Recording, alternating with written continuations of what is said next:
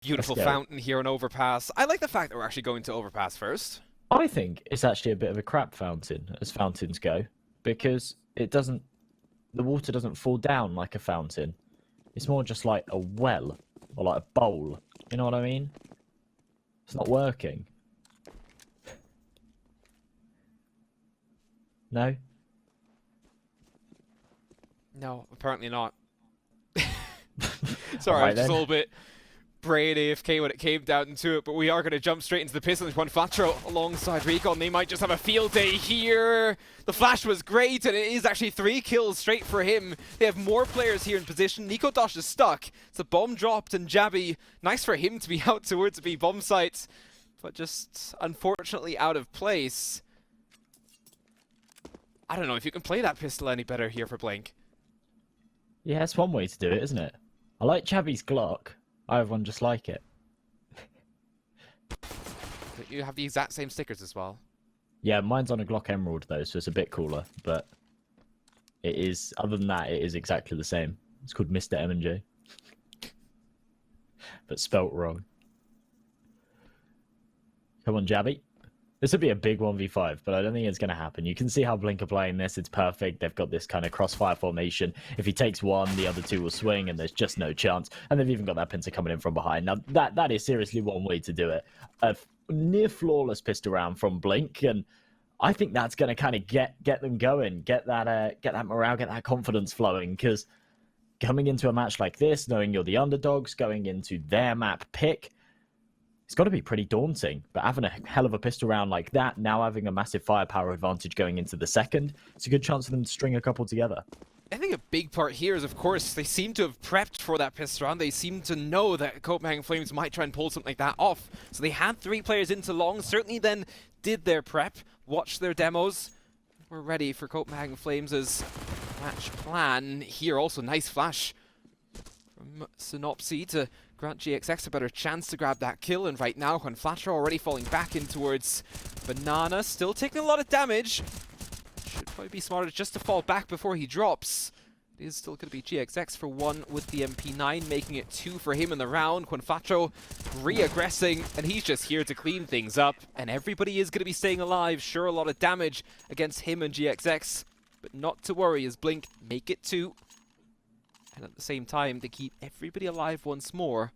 Big bonus round for the CTs right now as the Ts go into their first buy round. You know, I actually offered Jabby to borrow all my skins for the major, and he ignored me. It was really sad. Well. Yeah. Heartbreak. Maybe they would have won the major if they would have played with your skins. Maybe. Or at least the show match. That's what I was thinking. That's what I was thinking, but... Missed out. They did. Big time. Round number 3.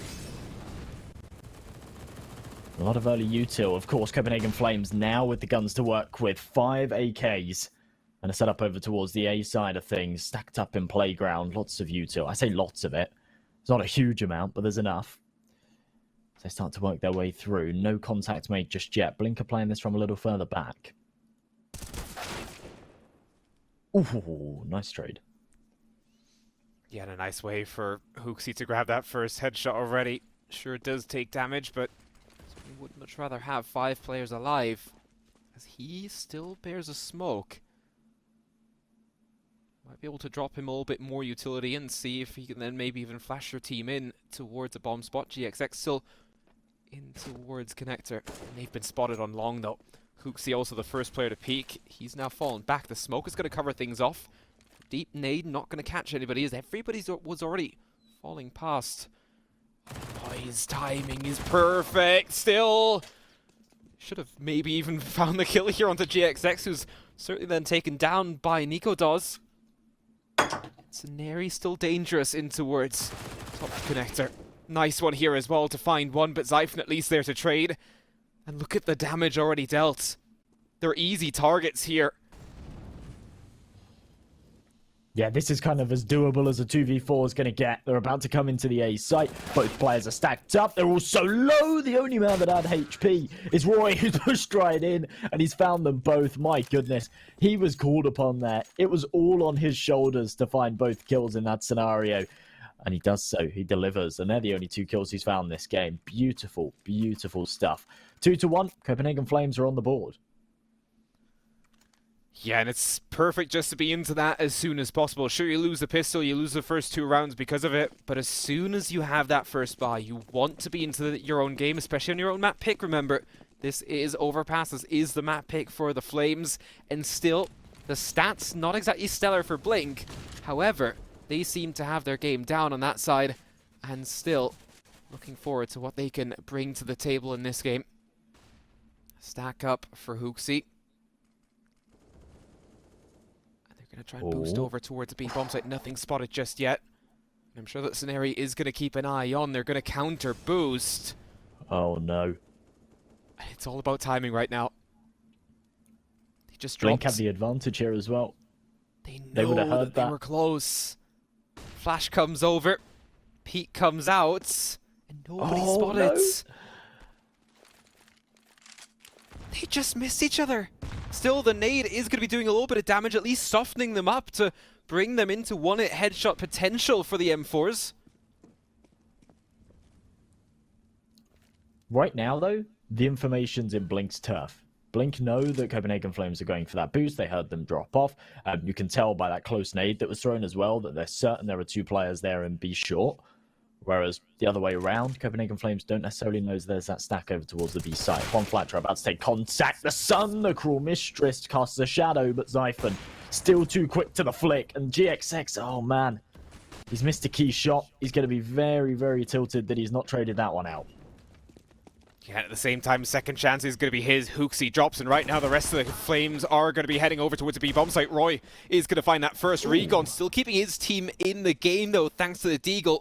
Bomb's going to be planted, and no chance that Synopsy gets to try and stop it. GXX has rotated over as well, and Synopsy might just spot it the second player in towards water as well. Nikodosh a little bit quicker to react. Regon still dangerous on that Deagle. It's all going to come down to Zyphon. 8 HP. The bomb is ticking. Doesn't need to come out this far, but he wants to be the one to find the initial kill. It is going to be Regon, though, to trade back. 3rd round for Blink. And at least not a streak for the Flames. Yeah, Zyphon kind of had to go for something a little bit aggressive there, even though the bomb was planted. This isn't like silver matchmaking. He has to find that first kill and then hope that the trade isn't instantly there and that he can play off of it. As soon as they just get on that bomb, play bodyguard mode with Zyphon on such low HP, there's absolutely no way that he can win that round. 3-1, Blink, this is a really, really good start. Remember, this is Copenhagen Flames' map pick. This is actually arguably Copenhagen Flames' best map in the pool. They have a fantastic record on it. They've beaten some of the best teams in the world on it. Quite convincingly, too. This was the map that they took Astralis 16-6, Heroic 16-12. These guys are supposed to be the kings of Overpass, and so far, that's not looking like the case. Blink still tearing through. Yeah, and right now, especially here for Scenarii, he just needs to stay alive until GXX is going to arrive.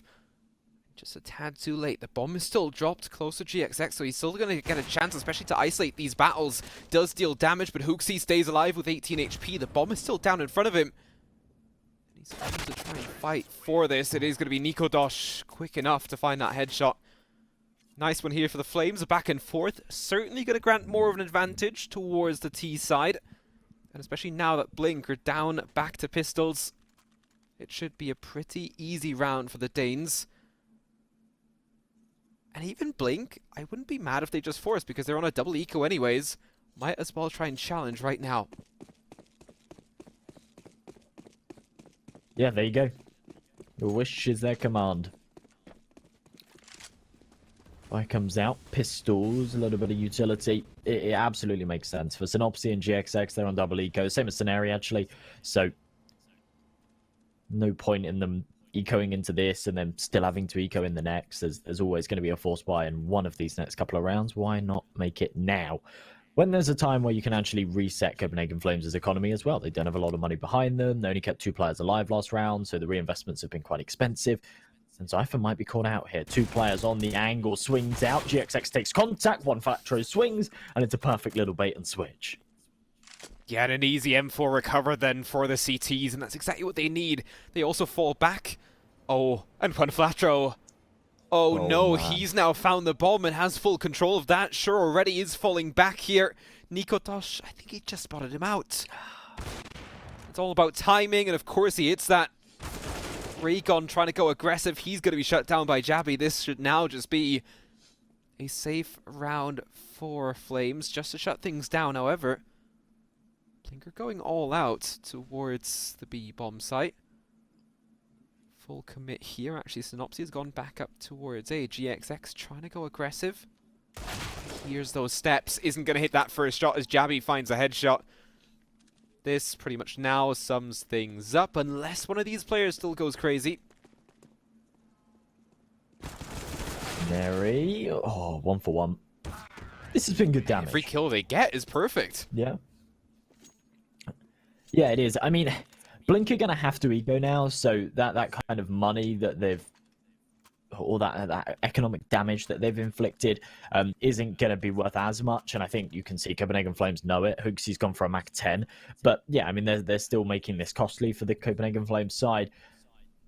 It's just a little unfortunate. Juan Flatro got really unlucky with the timing there, and I almost feel it was a little bit needless to aggress as far as he did. He had the bomb in like a really good position. He could have just fallen back to the stairs and sort of held it from somewhere like that. So even just stayed atop con ladder. Knows there's no way anyone's going to come behind him, and whenever someone comes back for the bomb, that's when he can kind of pounce out and do that damage. Right now, oh, they're having like a little pep talk. It's a little team talk in the toilets. I like this. Yeah, I mean, this is just a bet saying, okay, well, if they do come towards toilets, we're going to get 1 or even 2 kills. Right now, Juan Flatro with that knife out even, so they seem to be chilling in that position. And of course, everybody else is over towards the B bomb site, and they're going to say, well, might as well not feed them. Yeah, look, this isn't a stack strat. They've got their knives out. Exit. This is a chat, Tyler. This is a Zeus timeout. This is a what should we do next round? Huddle up. Circle formation. I always love these rounds. And right now, Xiphon is going to be the one to be challenged, because as soon as he starts shooting, everybody else is going to start funneling in as well. Only 30 bullets in that AK, down to 11 already. He's smart enough to fall back. Of course, he is down at 28. I'm actually surprised they don't all go out hunting right now. They're starting to funnel in, but there's plenty of space between them. Still, Flashbang's going to be good enough. And Juan Flatro's at least going to find that one weapon. And he can try to keep on top of that. It's always nice to have an AK when you're on the CT side. Jabby's going to try to stop it, and he does exactly so. Theoretically, Juan Flatro could have stayed in the corner, but it doesn't really matter. They can still buy, and that's what it's all about right now for Blink.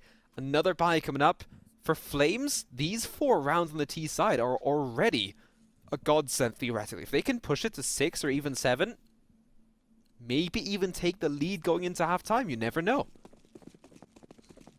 Yeah, absolutely. But unfortunate they weren't able to carry that AK across, but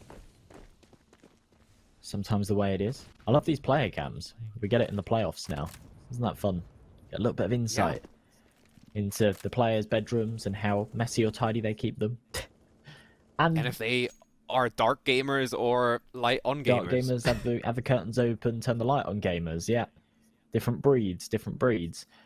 Also, just generally, like, and more importantly, expressions and things like that. You can really sometimes tell when a team's sort of losing and you switch to player cams and they're looking really disappointed and whatnot. As opposed to when a team are kind of on a bit of a streak, switch to the cameras, there's a little bit of jokiness, there's some smiles breaking out. You can really tell the confidence levels on a team just from those expressions. Hooksy, bit of a bizarre angle to be taking with a Mach 10. He's taking that long range fight with Juan Flatro.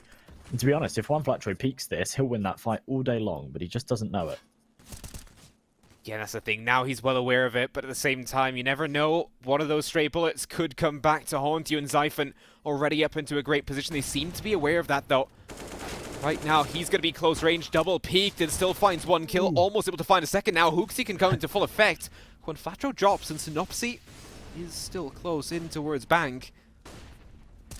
Holding on, and the flashbangs might just be helping out. He can't decide who actually wants to go for the kill.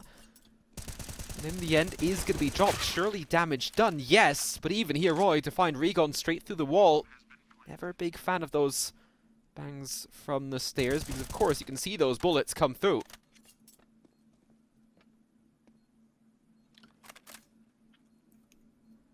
Well, Scenari, 1 versus 3. Should be able to catch 1 out. There we go.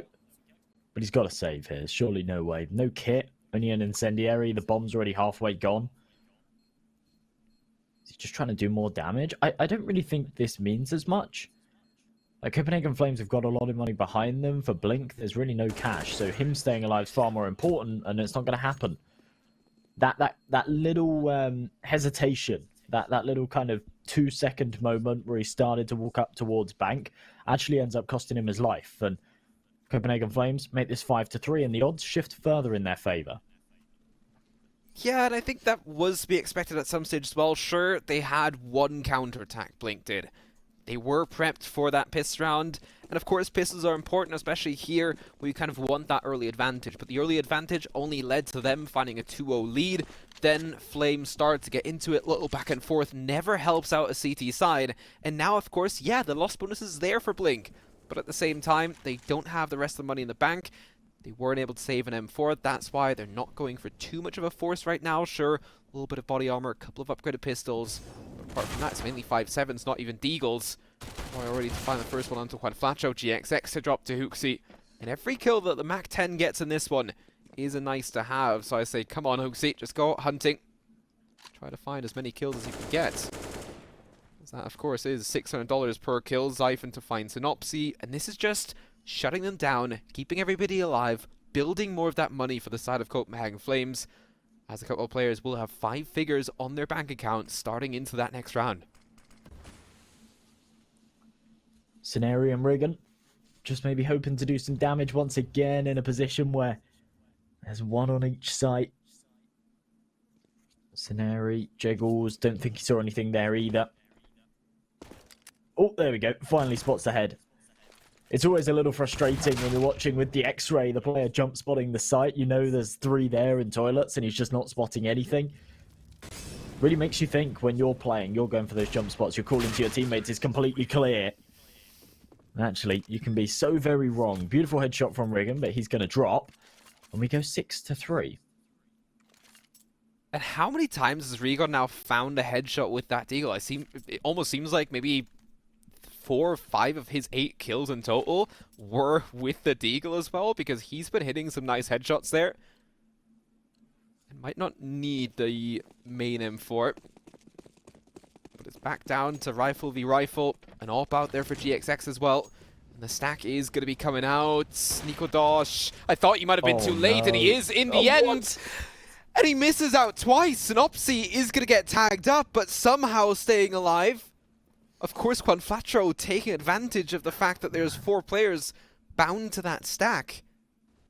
Yeah, this is why I don't like it. This is why I don't like that boost, because as soon as you fire off that shot, the CTs just get super aggressive, and instantly you lose con control, you lose short control. Sometimes you even lose mid and playground, and you've got to like fight your way out of that one, which is actually really difficult. If the CTs are pushed up playground, it's hard. Roy, big kill onto Juan Flatro, and as you say, that is really heartbreaking timing for him. Yeah, I mean, he was just waiting when Flatro started running, and Roy was like, I could hear that from a mile away. I'm going to get that kill immediately. Hooksy continuing on the Mac 10 to find Rigon, who doesn't seem to hit a single bullet, and right now, Synopsy, he's already tagged down. Same as Scenario. GXX is here for 1, but only 1. And Synopsy should theoretically be an easy target. He still takes Hooksy down, bringing it back to a manageable situation, especially with the fact that there is still 1 player in Xiphon. Over towards the A bomb site, in towards long, but Flames wrap things up. Nikodosh to shut things down, and 7 rounds here for the T's. We've talked about the fact that they might be able to even take the lead. That could wrap this up. Yeah, see, there you go. This is what I mean. Switch to player cams, Copenhagen Flames starting to be on a bit of a streak, and you can see just a couple of smiles breaking out. They're looking a little bit more confident here on Overpass after their shaky start. 7-3, looks like it's about to be 8, as we just see these pistols out. Good nade from Juan Flatro. Doesn't actually connect. Kind of threads the needle a little bit, just misses. Blink, again, I suppose it's just about trying to do some damage here. They've been really good at doing damage. They've for many of these rounds, kept Copenhagen Flames' economy quite fragile. But it still has managed to build up. Yeah, I was just about to say, don't really have a problem when it comes down to money. Nikodosh almost $12,000, and he, of course, has everything that he needs within this round. Jabby, he's been lurking over to this bomb site time and time again. I'm sure right now he does still have Hooksy behind him, but the rest of the team is kind of built up all around the place. The main objective still seems to be the A bomb site, and the timing is perfect for Xiphon. GXX dropped. And nobody else there from the CTs. They did just have one Flatro rotate up. I'm never too much of a fan when players go out adventuring by themselves in towards toilets without any backup. Sure, especially in a round like this, it can work out. But it was late in the round, they didn't have any info. And Xiphon was able to find the kill because of it. Smoke's flashbangs now coming out towards this B bomb site. Flatro taking so much damage from that Molotov. They've heard it as well. You can see, oh man. I was going to say, Xiphon was just going to swing around and pre-fire it. You could hear all the ticks of the molly. But no, that's not how it happens. He actually ends up falling, but they still win the round. Only one casualty taken. That's Xiphon, who fell quite brutally to that P250 up close range. 8-3. We've taken 7 in a row, Copenhagen Flames. If you do want to place a bet on this game or any other matches, it starts to get quite exciting, doesn't it, when you get to the playoffs? Maybe you do want to get some bets in. Then Pinnacle have still got that fantastic promotion going on. 100 euros. Well, 100% deposit bonus when you deposit up to 100 euros. So definitely worth checking out. That boost coming in again. Nikados on it for quite a while. And I'm not sure what he's expecting. Yeah, because like by no one's this gonna time, come late surely heaven. nobody's going to be coming down. The CTs, of course, well, not really aware of it. But they seem to have been smart enough to push everybody through the bottom way, down the stairs, and out through the bomb site. Right now, Blink, 2 players in towards Banana, starting to get antsy there as well. They do have 1 player in Copenhagen Flames in towards Connector that could swing out, but right now the Molotov's flashes are keeping them back from the B site. No rotation from Blink coming out just yet. Man. Regon yet again aggressive, and he's going to find a double. Xiphon maybe took a little bit too long scenario to find Hooksy, and all of a sudden it's down to a 4-on-2. And I don't really fancy their chances in this one right now. Blink should be able to take a 4th, but let's see what Xiphon and Nikodosh can get into. The AWP is successful. Do they expect scenario as well? No, they don't. It's going to be a hell of a round. At least Blinker's smart enough not to be peeking this aggressively. I don't think GXX has actually been spotted still. Nikodos gets so much time. And can actually still isolate these into separate battles. GXX, please don't step back, because right now Nikodos is on a hunt still. When Flatro aggressive enough to find that kill, that could have turned ugly quick.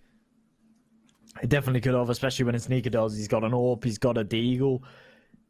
It does put me on the edge of my seat, but they do miss out. And again, I can't help but feel it. It's just down to that boost. They jump on it. Okay, they don't give away the fact that they're on the boost. They get a little bit lucky with the fact that there's no... Well, I suppose they don't get lucky. Had someone have peeked, I think Nikados probably would have killed him. But they get a little bit lucky that Blink didn't necessarily aggress early on, didn't take that early control, but they wasted a lot of the round up on that boost. They then had to kind of slowly clear B short control and stuff like that, which is something that's kind of inherently theirs.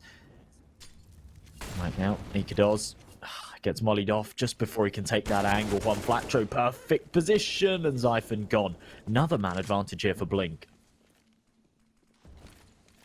Yeah, and this is exactly what they need right now. Don't let Flames run away with it. When Flatro to go aggressive, maybe this time he's learned. The bomb in a similar position as it was before. Hooksy is going to find one, but Regon trade back, and there you go. When Flatro's going to say, well, you guys don't need to push. I have the bomb in control. Nikodos is going to be aware of the fact that the bomb was there for quite a while, and was already expecting him to be pushing through.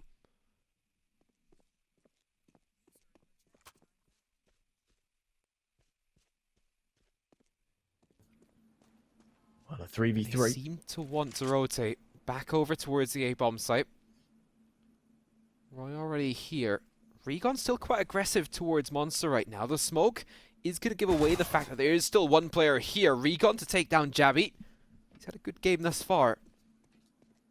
GXX has been spotted.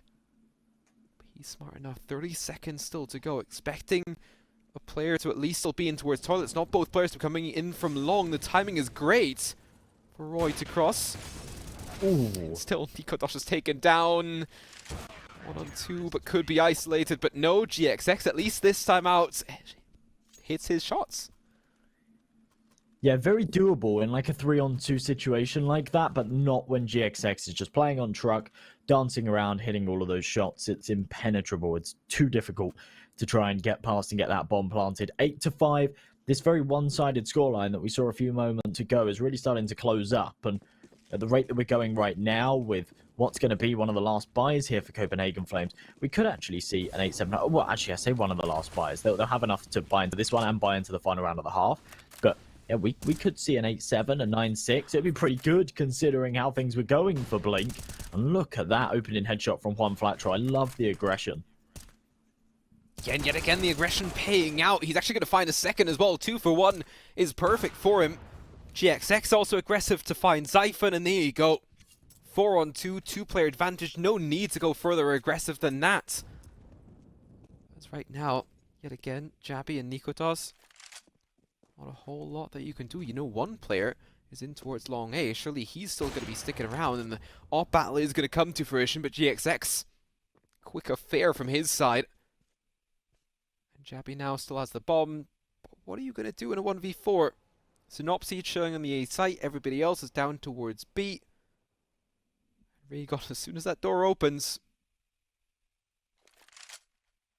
if it does, because I'm guessing GXX is going to make it 3 for the round. Exactly. 6-8. I mean, for Flames, 8 rounds on the T side. Already plenty enough, theoretically. Should be fine. Grab the pistol. End out this game. Or at least here on map 1. But it is nice to see a lifeline on the side of Blink. Just for them to be staying alive as soon as they kind of built up on the CT side.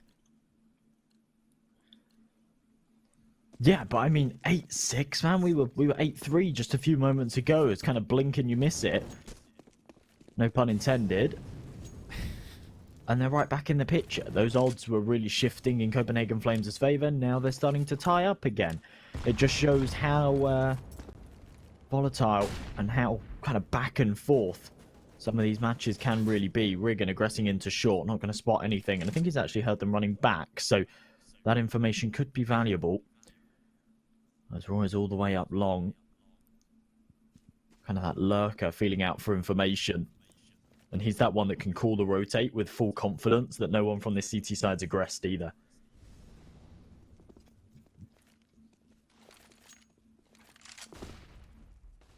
Yeah, and still the T's this time out, being a little bit safer in towards connector as well, clearing out every single corner. The push now out in towards short water.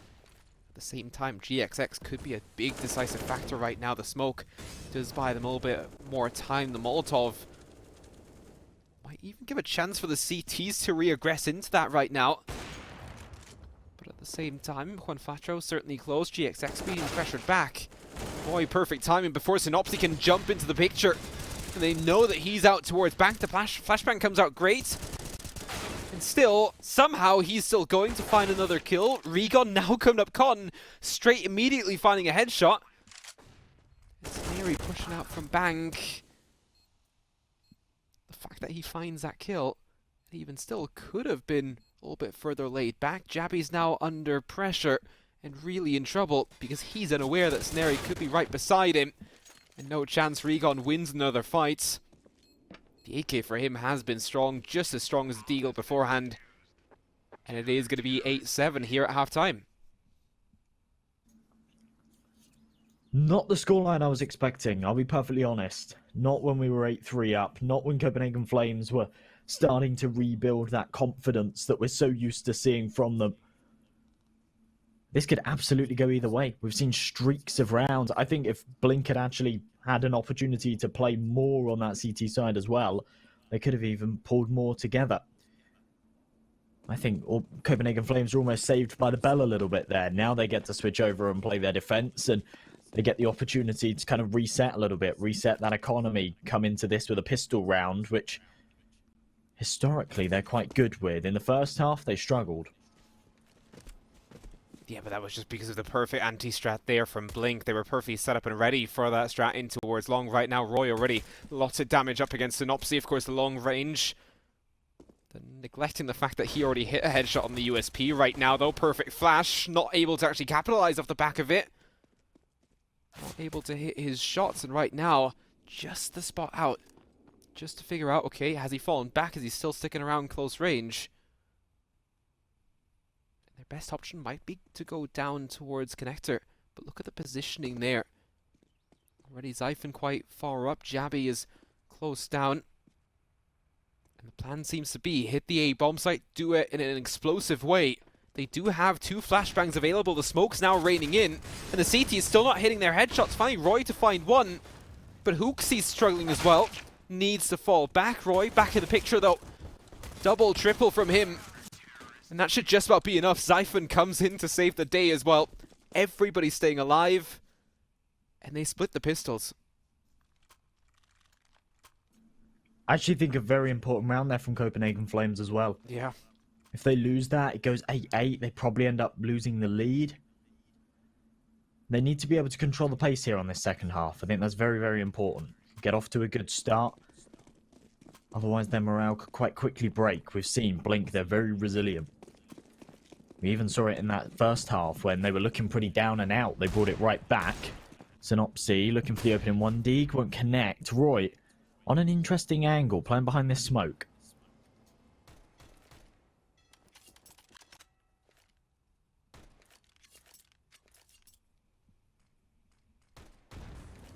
Yes, of course, always chances to get a couple of kills with these Deagles right now, though. Flames, of course, big focus from them also onto the MP9's Recon. Not sure how he's still alive. Did take a little bit of damage, but him, Roy and Nikodosh are going to find those kills in the end. Get that door open. No real challenge here. Scenario, at least with the trade.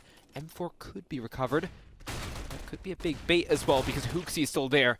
Jabby shutting down the B bomb site. Sure, 2 kills, maybe even a third would be great. These for them is still pretty expensive. They do lose one of the M4s and 2 MP9s.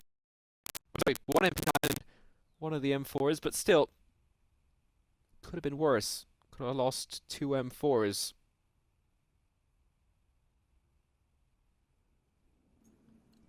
Yeah, I mean, when you're against Deagles like that, very capable aimers on that Blink side as well. There's always a chance that you're going to lose a couple of players. It's actually kind of expected. Now a full eco, now a chance for Copenhagen Flames to rack up some money. Nikodos knows it. Wants that ult moving forward, so buys the MP9 here. Not sure if he's going to get his fair share of the kills though, Jabby. He actually finds the one. It's the M4s that are raining through. The Molotov doing so much damage. Nikodos finally arrives to the party and does get himself a double. $1,200 off the back of that.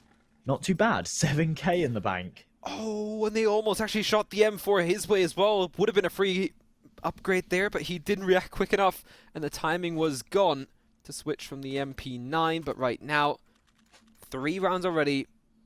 Bonus to be played on the MP9. Hooksy's going to take it. Everybody else is going to be there on weapons. Early ops from both sides. I mean, 4th round of the half, and already both teams fielding the op. Of course, limits the T's when it comes down to their utility as well. Nikodos is on an interesting position. He has got support. All this damage! You don't normally see it from the M4A1S. That penetration through the wood. And that's a huge chance now from Hooksy. And there you go. Free kill. And Nikodosh even finds a double in towards mid. Onto playground as well. Scenario not expected. And look how aggressive he's going. This is the confidence that you were talking about earlier in this game. Right now, sure, Synopsy's still alive, but not for long, as Nikodosh does go for 4. Couldn't have done it any better. 18 kills for him, 19 for Roy. 12 each for Zyphon and Hooksy, and 14 on Jabby. A couple of players on the other side, especially Synopsy at 5. Really lagging behind their team. But it's 12-7, and we have to respect that scoreline as well. It's not always the case here with Copenhagen Flames, but we do sometimes see it, and we're certainly seeing it here. A very streaky team. They certainly can be. when things are going their way, the rounds are stringing together. The confidence is there. They're hitting everything. As soon as things don't start going their way, they start to struggle. Up against a full, they only lose an M4 there, so not really too much of a problem. As the scoreline hits 13-7, the odds also shift quite drastically. 1.23 to 4.04. Now, even though this game does look one-sided, there's 6 rounds in it now after Copenhagen Flames have taken a 5 streak on their CT side.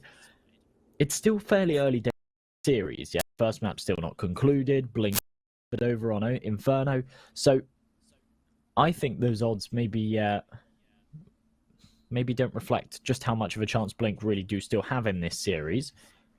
But remember, if you do want to place a bet, Pinnacle's your place to do so. Yeah, exactly. But do bet responsibly, know that any game could be going either way. That's always right now.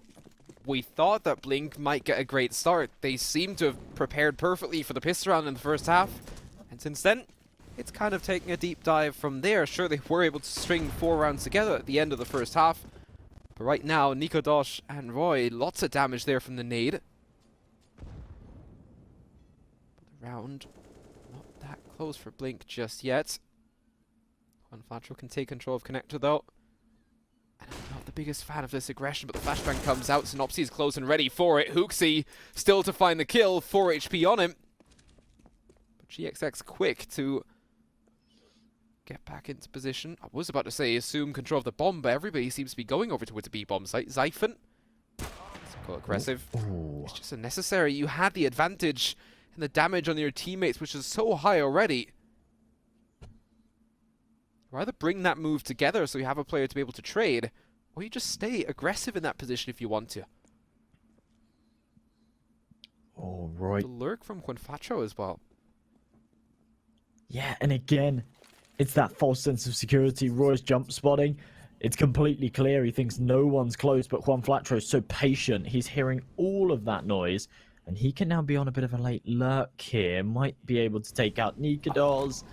Oh, this is heartbreak. There you go. Nikodos falls. And that's a big kill. Gives him the man advantage. Now there's pressure from behind, and Roy has to rotate, but it's still going to be that P execution. This is so well played from Blink. You mean perfect position there from Juan Flatro, as you said. Now the CTs have split. Recon out towards B. He's even going to find the kill into Jabby. And Roy, yes, you're on the right bomb site. The bomb is going to be planted on the A site right now. But still, it's kind of too little too late. You do have a defuse kit. No utility, though, to make it out. Depending on the pushes, and Scenari is going to at least give him that. Although, taking his sweet time. But timing, so unfortunate. Sure, quick enough to flick up, but not accurate enough to find the headshot. 13-8. Blink keeping in the game before Flames can close things out. Yeah, they're still in this. They're still showing fight in them, and I like that. I like that a lot. 5 rounds. It is an undoable? That's not really the word I'm looking for, but it's possible. They can absolutely do this. They've got the money behind them, certainly. They've got a good buy. They've got that little buffer as well, where they can afford to lose a round, and it's not completely dire for them. Copenhagen Flames will hit 14. That doesn't secure overtime. That doesn't secure a win at that point. Roy spamming through, does a tiny bit of damage. It's Nikodos to find the kill. And I don't really like that from Roy. It gives away his position. They had no way of knowing he was in playground. It would have been perfect if he'd have just tucked behind something. But no, as soon as he fires off those shots, he's kind of got to get out of there. He's quite vulnerable.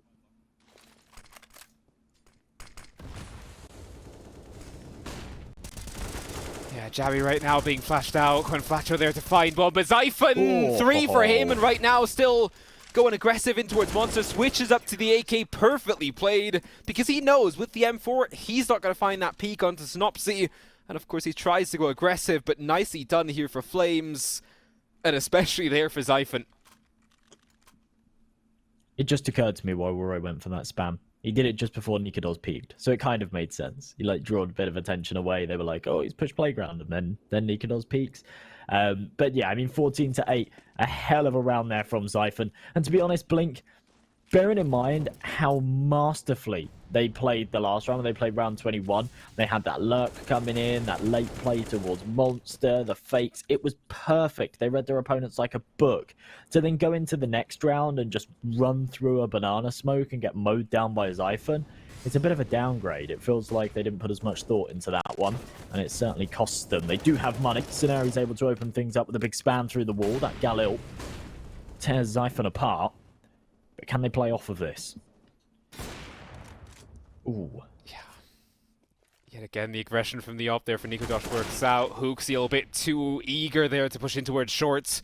Nothing connected there when it came down to utility either. So Jabby has already seen a couple of those shadows. Flashbang still there to be deployed for the tease. But Jabby's been playing around this nicely to wait until the rest of the team can actually arrive. Perfect timing on the Molotov there as well. Wow. Can you play it any better there for Nikodosh, as now the timing is there? Still Scenari is going to find one. Roy now coming in from behind. Bomb denial is his main job right now. The bomb still is going to be planted. But it's a 2-on-2. Roy has a smoke as well. Smoke out short in theory.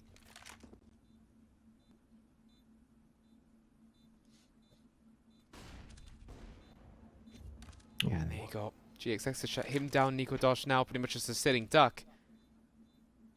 No need for Regon to go aggressive, but Nikodosh not hitting his shot. Close range, no scope, not going to happen. It's a shame. Wow, I mean, if Roy had denied that plant, I think Copenhagen Flames would have actually won that round, which is a real shame, because he got the kill literally a split second after that plant went down. Yeah, thinking about how that would have played out, he would have got that bomb down, could have tucked himself in the corner. The Heaven support then would have been huge because he can just hold short. That would have been their round, I reckon. Unfortunate stuff there for Copenhagen Flames, but at the end of the day, they still played it very, very well. Jabby, despite the fact he didn't find any kills, played an integral role, just staying alive. Being that thorn in their side, preventing them from the plant. The molly from Heaven was beautifully timed as well.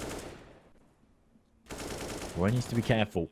That door's blown off. Regan's got a good angle from short. Roy very vulnerable here in connector. Right now, of course, could be baiting out for a couple more shots as well. Roy, though, perfect timing. Is he expecting Regon? No, of course not. Xiphon can react to this. The Molotov's going to end it. Hooksy to find the kill, and right now, GXX alongside Scenari still over towards the A-bomb site. And of course, we do still have one player, Nikodosh, with the op in towards long toilets. That's all going to be about timing. And do Blink bring any steps to this firefight? Can he hear anything before it actually happens? He goes out towards long toilets. Hasn't spotted anybody just yet. Nobody seems to want to go inside. Bomb didn't hit the ground. Nikodosh, he needs to hit that shot. At least the info's going to be there for the CTs still. Hooksy's not going to have an easy day. Timing is off for him.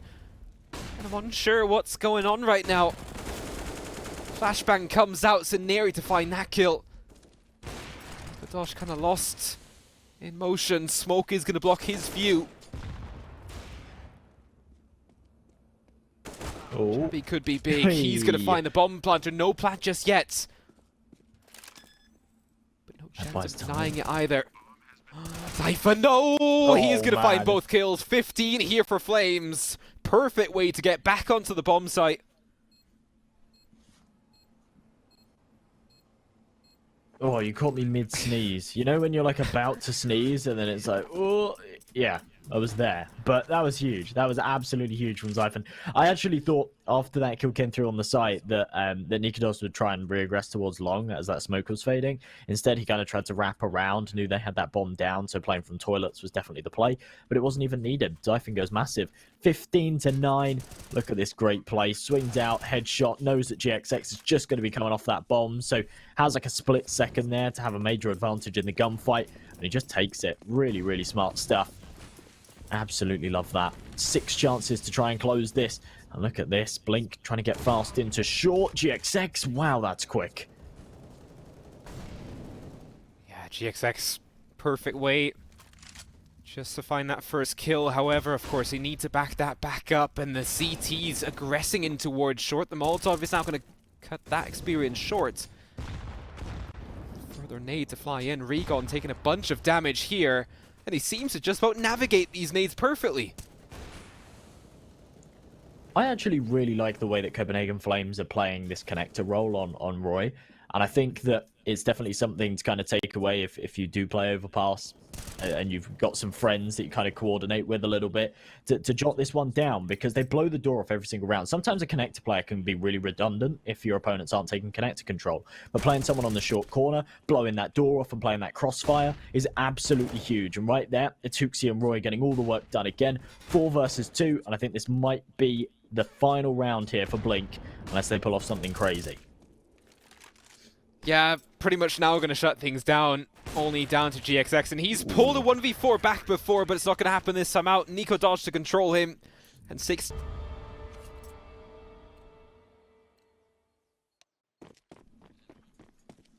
Welcome back, everybody. We're here with map number 2 of this series. It's Blink's map pick. They didn't have a great time on Overpass, but they're now here and they're looking for redemption. I'm still joined by Tyler, of course, and we're going to be getting straight into the action with Riggin opening things up with a big headshot. Yeah, and Blink were able to win first pistol on Overpass as well. Quinfatro certainly trying to do much the same here yet again.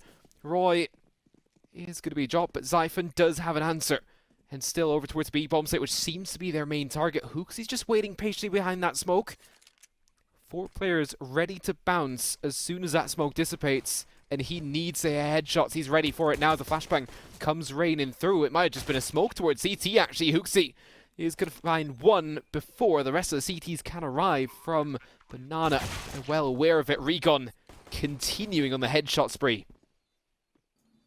Hoopsy's done a good job at getting one before he falls away. If he doesn't, it's absolutely a lost cause. Unfortunately, his teammates just can't deliver. He comes in for one more 2 versus 1 situation, though. He hasn't got a kit. I feel like there's one on the floor somewhere, but he's going to have to go and find it. And as he tries to isolate these players, Rig in a really nice position, and Scenari's actually just played that to the T as well. Just sit new bots. It can be so tempting to peek, especially when you can hear the player dancing around on the site. You can think, oh, I can hit this headshot, and then you peek, and then you miss, and then they spin around and one-tap you, and then it all goes south. But yeah, kind of held their own quite nicely there. 1-0 on the board for Blink. Copenhagen Flames, they go for a force buy. Pistols out. Jabby with that FAMAS. Let's see if they can deal with the damage, or if we're going to be looking at a 3-0 start here for Blink.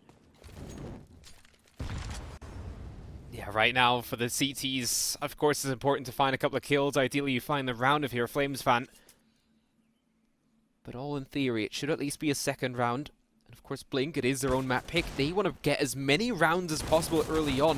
T-sides of Inferno, I mean, Inferno always kind of one of those maps that can go 50-50 that we love to have as a decider as well. Right now, I would be surprised if one of these teams actually goes double digits within the first half. I'm expecting this one to be a close one all around. Look at the stacking towards the apartments as well. Quinfatro needs to drop. No way that he finds both. He's been spotted. And there you go. Zyphon to find the kill in the end. And he can still react to it. Oh, XX. Oh, I thought he was going to find both there. And the round is now possible all of a sudden. Roy's still alive here. The smoke is going to give him a chance to walk out. Regon, his position is well known. Just about missing out. And he might just expect him inside of the apartments now still. Holding on towards that balcony. Hooksy's close range. Smoke is going to start to dissipate. Recon's quick enough. Can he make it 2 more? After 4 in the first. Recon actually pulls it off! And that's 1v3. He brings it back and gives Blink that second round. Great stuff here from Flames to get a big shot into it. But Regon makes it 7-0-0. 4 in the first, 3 in the second. And Blink, the series odds immediately start coming back closer for them. But they've got a ways to go. What a mad one. I can't help but feel that Copenhagen Flames fluffed that a little bit. The 2 versus 1, there's not a lot that can be done. Hooksy swings out. He connects the Deagle shot. So unfortunate that for Regan, he was just a tad over that threshold. It actually tagged him down to 3 HP. But yeah, that first scenario when they had the man on balcony with the smoke, I think they needed to get a little bit closer so that off of that contact, that double swing could come through. Roy up close with the USPs. They're looking to try and overwhelm here in Banana, and they're doing a decent job at it. They found two, third kill almost. And Nikodos a little late to the party as he jumps over the flames. Decent damage though already for an eco. And it's looking like they're going to find maybe a little bit more. Yeah, I would be surprised if they even find one or even two more kills right now. Sure, Nikodos does have the AK. It might be worth keeping that around even on the CT side. Zyphon and Huxi though, certainly not too bad if they were to drop. Not really a weapon that you need to keep on holding on to. GXX is going to find both. And there you go. AK to be held onto by Nikodos. And at the same time, Blink are going to get themselves a third round. Better start than they had earlier on Overpass, where they were only able to get 2 rounds off the trot. But at the same time, of course, Copenhagen Flames were on the T side there and were straight onto rifles within that third round. It's now going to be a little bit further delayed into the fourth, but Nikodos still looking like he'll hold on to this AK. Listening to a little bit of the radio as the bomb goes up on the A site. And the T's know they shouldn't be hunting any further, because it's just purely unnecessary to lose those weapons as well. It's like the TFT music, isn't it? I couldn't even hear it, but I know how it goes. Round number 4. It's been so long since I've actually just listened to the radio on Inferno. Used to do that a lot more, but that was probably still with the old radio. Yeah, oh no, maybe I'm thinking old radio. Maybe the new one's something else. I don't know, man. Didn't listen to the radio on Inferno either. That was old troll M&J. I used to do things like play strat roulette and stuff. Back when Counter-Strike used to be fun. Now it just makes me sad. I do still love it, don't get me wrong. I take it too seriously, Tyler. Makes me too sad, too angry. I miss the good old days. Community servers, hide and seek, strat roulette. I'm still playing a lot of community server CS right now. No, It's not like the me. main thing I do outside the broadcast. Not even grind ELO anymore, it's just playing community servers. I'm just on the Right now, basalt though. grind. Yeah, you need to take me along for the ride on one of those, but right now it's going to be Zyphon to find the first. Macho to drop, and I'm actually surprised that one player is committing in Synopsy. He's just going to get shut down. Big surprise there. Where's his support? Why would you push in by yourself? There's a smoke there. The CTs are well aware of it. Of course, they're going to be checking Arch. Nikodos has gone back in towards Library. He's going to be holding on to short. Op is surely going to come peeking out. Ooh. Damage dealt. But Regon and Saneri, what a way to open up the A-bomb site. I mean, by no means are they easy shots, but when Nikodos misses both of his shots there, it's a window for Blink to just swing wide, take the fights with the pit and the site player, and they win both of them. Clean as you like. 3 versus 3. Regan's low on health, but he's tucked down in mini, and in that head angle that he sits in with no nades in play for the CT side, it negates that health a little bit. Nikodos finally connects the shot onto GXX. Regan swings a little too wide, exposes his body, and for Saneri, well, there's just too many targets to choose from and not enough bullets in the clip. First round on the board here for Copenhagen Flames, a successful retake, and I really like the way they play that. Very coordinated. Yeah, Nikodos with those 2 kills at the end certainly redeemed himself as well. Difficult when you don't hit the first shot, but in the end, that was exactly what Blink were trying to achieve. Jump out, then let the AWP peek. He gets 1 shot in, the second shot doesn't land either. And in the end, still, Copenhagen Flames were there, and Blink do take an early timeout on this one. 3-1 scoreline. They're still up. Interesting to see what they are going to bring to the table. Of course, it's all about the buy right now, as 2 players do have plenty of money, but Regon, GXX, and Synopsy, not really. At the same time, you'd kind of be double ecoing anyways there. No, they could theoretically buy on the next. But then GXX goes, yep, okay, never mind. Then everybody should just buy. Yeah, it's a weird one. I don't really like hero investments, generally. I know sometimes they can work, don't get me wrong. I'm not like all doom and gloom. But I just always think that it sometimes causes complications, Yeah, and it means that the economy like is really skewed later on and whatnot. So the fact that everybody's invested into this, one Flatro keeps some extra money. I assume that's so that he can drop an orb to GXX a little bit later, which I'm fine with. Let's see what they can do with these pistols, though. Tech 9's bombing it up. 1 AK in the midst. That's on Scenari. Look at this push as well from GXX. He might just find two. Right now, only one. But one Flatro's there to still find it. Roy, a bit of a panic there, trying to run down. And Nikodush has fallen back a long ways. Blink right now enjoying a lot of control. The only question is for how long, as Regan has taken a little bit of damage from Jabby. They're going to be well aware of his position. Just walks through. But Jabby can go straight back towards the B bomb set. The Molotov certainly bought time for the CTs. And the Ts are only now going to start to commit. It's kind of already too late.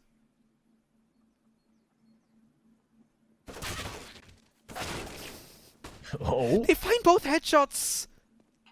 And maybe the hero investment works out for them. Because right now it's a 3-on-2. Retake is going to be nearly impossible. Don't have too much working for them. And Nikodush needs to save. It's been crazy, but even here, Synopsy might still ruin the day on the Tech 9. Surely he's going to get this kill. Nothing stopping him. And of course he's going to go for the knife. I don't blame him. Enjoy yourself with that extra cash. Save the ult through into the next round. Quinfatro will be laughing here. Great headshots to enter the B bomb site, taking out both players straight away. That's rough for the Flames. A really, really rough execution that they just can't find any damage. Bad spatial awareness there from Nikodos at the end too, not knowing. I mean, maybe he's had a bad call. You can never really just like put all the blame on Nikodos in that scenario. Maybe he's had a bad call that all of the players are over towards that B site or something, but yeah, not even checking your backside. You leave yourself so susceptible. Bless you. Thank you. Did I not mute in time? Man. I just heard you going for it. I didn't hear the actual sneeze, but yeah. I'm sneezy today. Still. I'm not sure what it is. Ooh. Zyphon and Roy certainly going for it. So never say never, especially with the CZs. Close range yet again here towards Banana. They do actually find both kills. I would have thought that Jabby surely is going to find one. Do you expect Nikodosh though? They don't seem to. Scenari seems dazed and confused. Ooh. And Raygon almost goes down as well. I mean... They found two rifles though, Tyler. Yeah, go for the retake. Why not? They've both got Kevlar. Regan. They don't have a kit though. Yeah, but they've got a lot of time. Make timing crucial, yeah. They can't take too long. Zyphon, I love this as well. You know the player is close. The smoke is not going to be stopping the bullets. Regon, 10 HP. The Molotov goes new box. Is he Banana? Is he in towards Shadow? Misses out on his shot, and Roy is going to hit it. Collect on the AWP. Keep the AK. 4-2. Whilst I'm sure he's very capable with it, Regan's not that primary AWPer. They swap out. Bogdan's law says you swap out. He was on low HP in that scenario, so GXX kind of has to sacrifice himself on that rifle a little bit. And it's a shame. And it always kind of makes you wonder if GXX was in that position, back sight. There wasn't a lot of time left. There wasn't a kit. Would GXX have hit that first shot in CT, which I reckon he probably would have, and then either stayed alive or flicked over towards Coffin and maybe clutched up the round. But you never know. It's all. I think the biggest part with GXX is just when you think it's an easy shot to hit, he doesn't hit it, and whenever we think it's the most difficult shot to hit, then GXX all of a sudden brings in 3-4 kills. This time out, Nikodosh grabbed that first one. GXX to be taken out, and Raygon, CSGO'd there by the smoke, doesn't quite hit the Molotov, jumps through. A good chance for Hoopsy to take control. Flashbangs there, but not affecting him. Perfectly done. Two-player advantage. They have Banana control. What else are you going to do? Yeah, not the biggest fan of that from Juan Flatro. I mean, I understand it. They're a man down. He wants to try and even out those numbers and take back a little bit of control, because with that early pick in mid and then the pick towards Banana and the smoke, well, not the pick towards Banana, but the deep smoke in Banana, they've lost a lot of control. But yeah, pushing through a smoke by yourself, always questionable. Regan, with that retrieved AWP, looking to try and trade something out. 5 versus 2, though. I think this round's pretty much all said and done. It's just about if he can do any damage. And Roy, quicker to the trigger. Scenari can trade, but now he's left in a 1-on-4.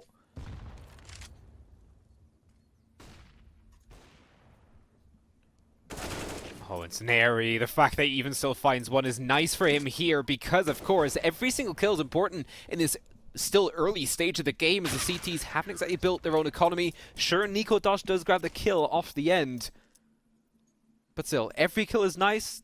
The biggest positive, I guess, for the CTs is still that, of course, the Ts are back to forcing or keeping those $2,000 in their pockets, because 2.4 loss bonus is going to be enough for them. If you guys at home want a little bit of a bonus to get your betting started as well, you can head on over to Pinnacle with TED.gg/welcome and use the code FALL21 to get 100% back up to €100 on sign up. But of course, terms and conditions apply, and bet responsibly.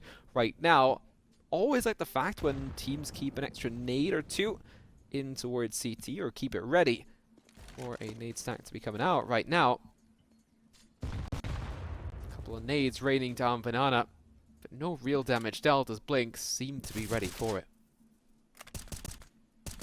Oh, the damage on Snopsy though. And they're so ready as well, like as they burst through the smoke. Blink kind of say, okay, we can't just keep taking like little pepper damage through the smoke. We need to try and commit.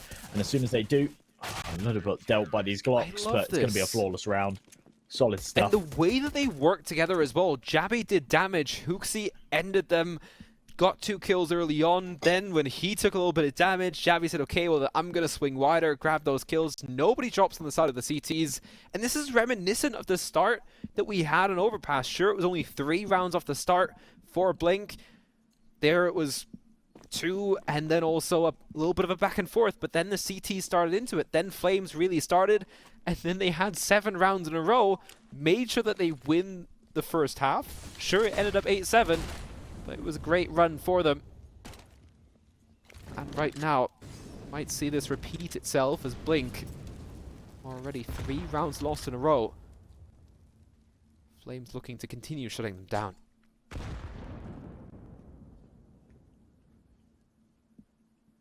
Boost about to commence, no one's there.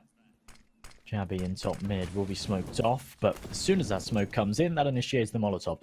Nice bit of utility expenditure there from kind of the Blink side, where they say, okay, we know if we throw a smoke, it's going to apply a little bit of pressure, it's going to keep the players on A busy, and it might even bait out a little bit of util. Right now, though, still a solid setup over on B. Only 2 players, but Nikados and Hooksy with that MP9. Complementing each other nicely. Smoke goes down. Nikados falls away. Now it's on Hooksy to take that first contact and drop back. As they creep just under him. Oh, that's unfortunate. It's all on Nikados here to try and hold the line. Ooh. Yeah, Nikados holding on for 1. Would have been nice for him to have a second, but Jabby's still here. The bomb, of course, not been planted just yet. Regon, though, to shut him down. They were unaware of that push through CT. That's one thing that Jabby might have needed to be a little bit more aware of. Zyphon now all by himself at a 1v3. And he does still have a full belt. Smoke, Molotov, nade, flash, everything at his disposal. But the first peak might be his last as well, because right now he's got Scenarii trained on his position. Regon is going to go for a peek as well. With 15 HP. Still has a helmet, still has 87 armor, has a defuse kit, full belt, nothing of that used. And of course, even more important, the AK. And didn't really have a perspective of making it back towards the bomb site.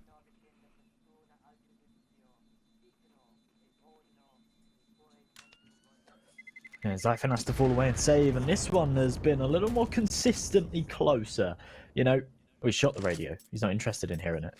He's like, shut that up. Try and listen for footsteps. But yeah, obviously in the first game, we saw it kind of go Blink's way in those first couple of rounds. Then Copenhagen Flames started taking control. From that, whereas this has been quite back and forth. Almost a little bit of a pattern forming. As it's within 1 round, both economies still stable, both with money, both with an AWP and rifle surrounding. Lots of util to work with, 2. Rifle surrounding. Oh, lots of util to work with, 2. And the nades. Oh, they come a little late, but still, oh my goodness, do so much damage in Banana. I also expected that to be far too late there. But when Fatro's down at 22, he was almost nuked out of the game. Right now, love the aggression as well. Take control back early on. Molotov still to be raining in. That's tough for Nikodos. But still, Jabby's going to be here fully blind. Still hits the headshot. This guy is too crazy.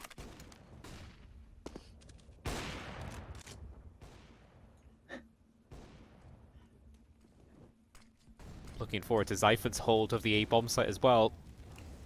Yet to drop out is Synopsy. Molotov stopping the rest of the team in towards mid for a little bit longer. All about timing. Still Zyphon hits the headshot. I thought he might have been a little bit too early. But the rest of the team heading on towards long.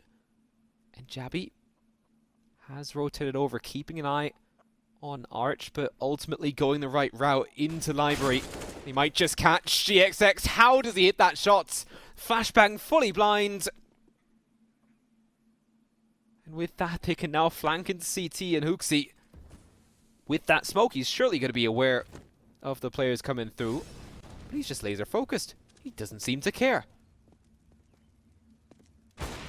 The fact that nobody pushes that smoke as well. Hooksy is going to stay alive. Roy is quick enough. GXX drops. And even when Flasho is going to be taken out. I'm not sure about this here for Blink. Surely we're expecting someone to be checking from Ruins. But Hooksy didn't have a care in the world. That's sometimes what you need from your anchor.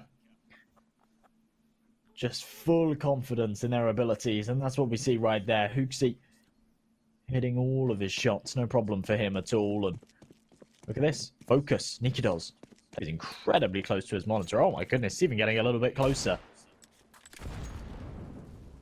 How close do you play to your monitor, Tyler? Inches? Really? Oh.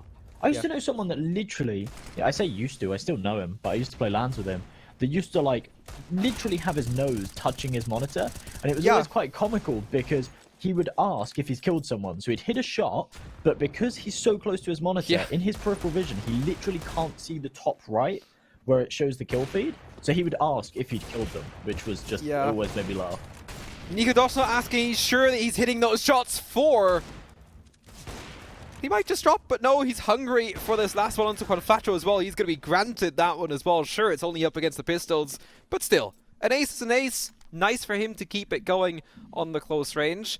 Yeah, I have a mate like that as well, though, but he plays on a 27-inch, so it's even more difficult. He even has a smaller peripheral vision.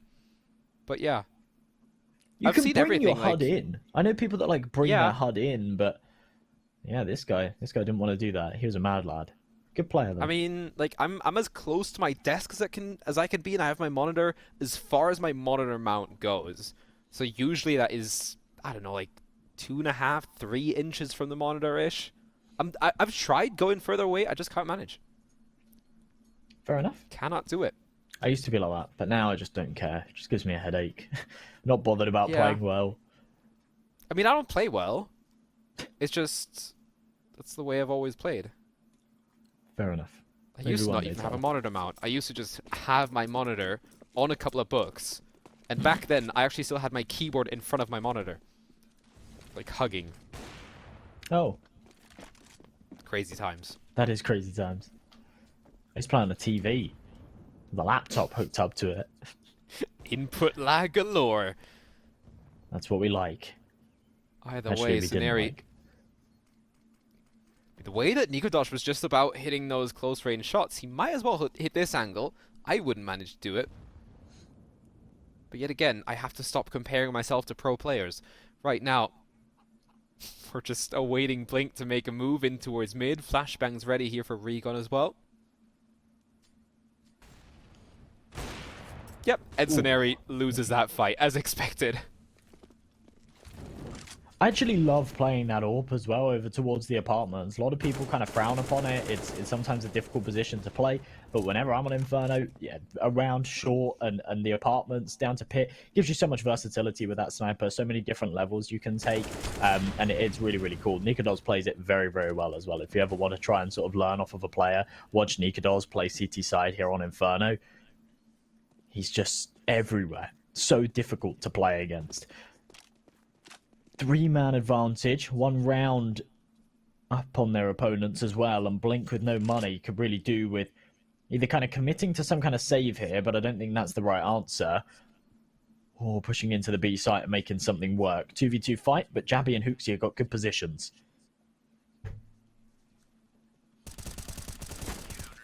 Yeah, and right now, both of those guys are going to be shutting the T's down. This is exactly what you need. You're 13 rounds in. And right now, you've got enough money to keep buys going, even if you lose every single player. There's only 3 more rounds to be played right now. So of course, this one, and then 2 more. You have a full buy in this one. You have plenty of money to buy the next 2. You don't need to be as conservative. On the other side, of course, the T's, they're going to be going all out. They're going to be going full-out aggression. They have the Deagles. They have 3 Tech 9s as well. They're not going to be stopping anytime soon.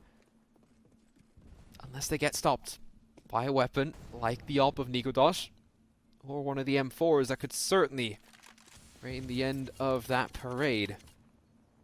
I like the fact Zyphon is aggressive in towards the apartments as well. And he's about to have a hell of a day once they start pushing around that corner.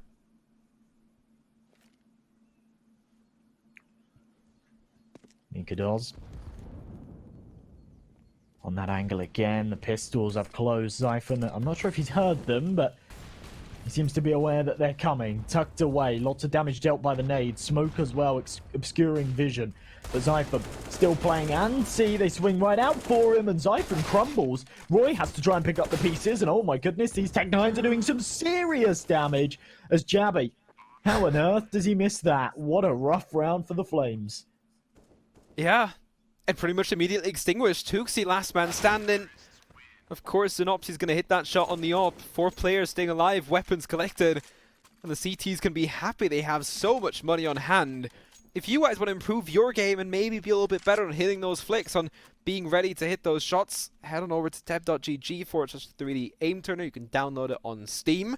Or, of course, you guys can always head on over to the 3D Aim Turner website and try their brand new deathmatch mode, which is something to get used to. It's a kind of whole new game all by itself as we take a look into the game rooms, and Regon is fully in the dark over in Switzerland. Likes it like that. Who needs light on anyways?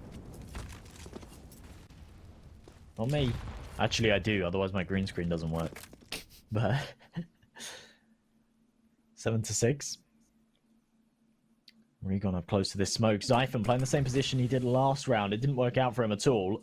Maybe he'll have better success here, as by the looks of things, Blinker just rinse and repeating. It worked last time, let's go for it again, but with the big guns.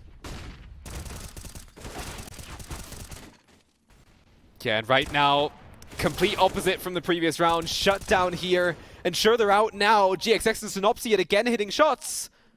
And it's just down to those 2. Nikodosh close range, jumping about. The AWP currently just planting the bomb. Is it going to pop up? No. GXX is smart enough to know about these angles, but no way you actually expect Synopsy in that corner. Nope. The way he keeps on ragdolling after is a sight to see itself, but Jabby knows where one player is at, knows the second probably is towards the sides. Jumping is difficult, and GXX has already spotted him. 7-7. It is going to be as close as possible. And the CTs do have another buy in them, although Jabby at $3,000 isn't exactly going to be fully bought up.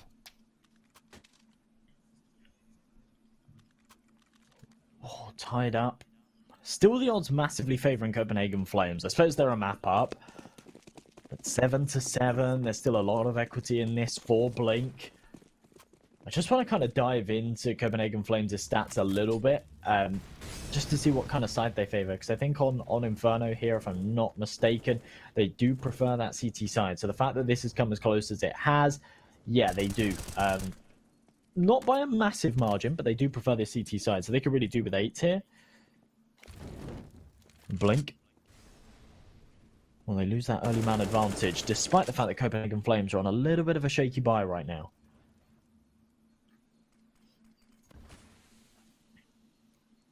Yeah, and still could be plenty enough. All comes down to the initial fight. Huxi is going to try and jump over.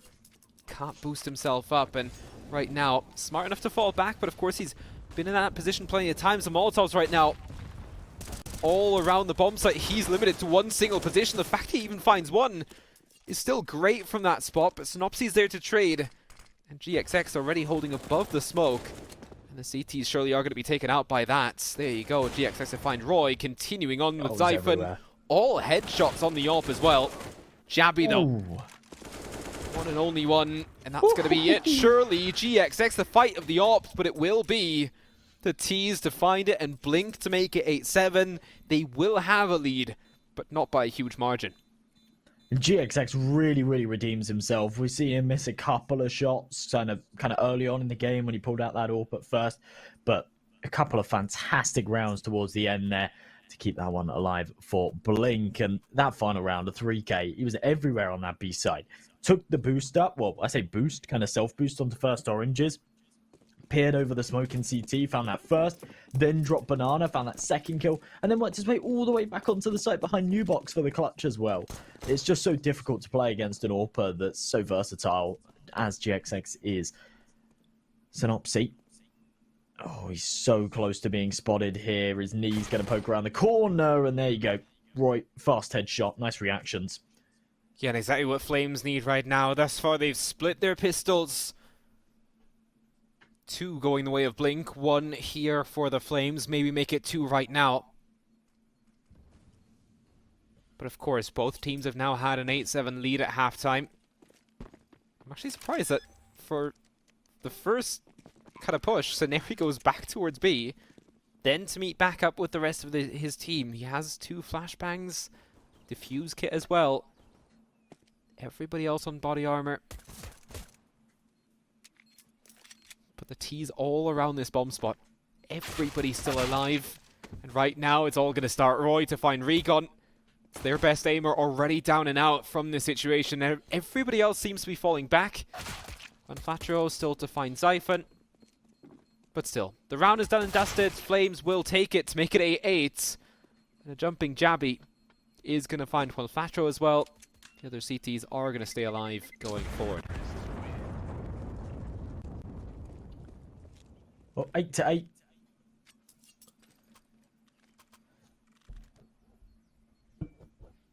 Copenhagen Flames, it's a big round for them to win. Blink have got a bit of a dilemma on their hands.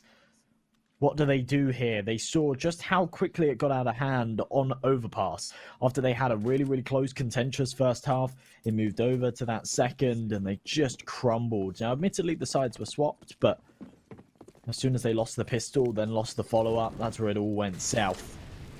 And there's potential for it to happen again, as Copenhagen Flames have got the rifles to work with. For Blink, it's just pistols and a scout. Still a nade to be chucked in, doing a lot of damage to Jabby and Roy right now. That is going to be initial damage that will certainly help out Blink in this situation. Smoke, flashbang still to follow. And Synopsy, they will know where he's at right now from the trajectory. And still Roy, insane headshot to be found. And Synopsy dropped. And the CTs yet again will see to save what they've got to challenge in the next round once more. It's a good call here from Blink, actually. Just sort of saying, right, we're going to be on a full eco in the next. We've lost the B site. The retake's kind of impossible. Scenario does have a kit, but no util, just pistols. They're almost certainly going to lose that round. So, yeah, say, right, well, let's go into next round with a force as well. Zyphon's actually hunting, but he's not peeked out of Boiler. And now they know what's up. I'm surprised they're not sending more of these SMGs to go for the hunt as well. Bear in mind, kind of the whole purpose of these SMGs is to try and rack up some money early game. It's a little bit surprising that they're not hungry for the frags, but a flawless round from Copenhagen Flames. Everybody stays alive. Maybe that's what they want. They can go for the hunt next round.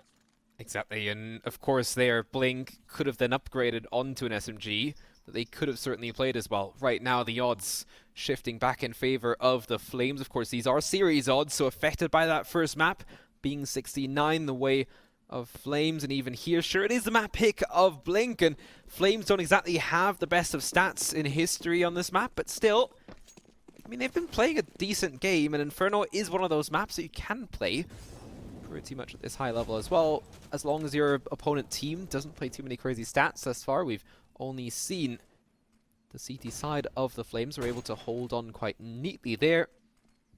Blink didn't throw any curveballs, and right now, it is still just about as close as it can be.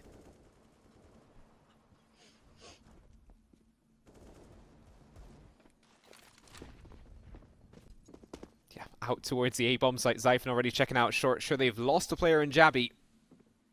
That is a weapon that they can recover. Saneri now has an AK. He has a defuse kit as well. Has a helmet. Not a bad round whatsoever. Ooh. But Nikodosh and Zyphon both finding kills. Makes it so much better for them. Juanfatro could ruin the day.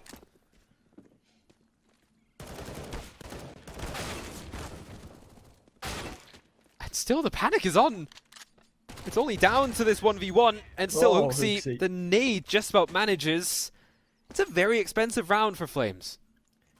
I thought the nade was going to be what cost him, to be honest. Yeah. I thought that swing was going to come through and he'd die, but the nade actually lands right at his feet, does all the damage. And to be honest, that's how you go from being 8-7 down at halftime to finding yourself on double digits so quickly.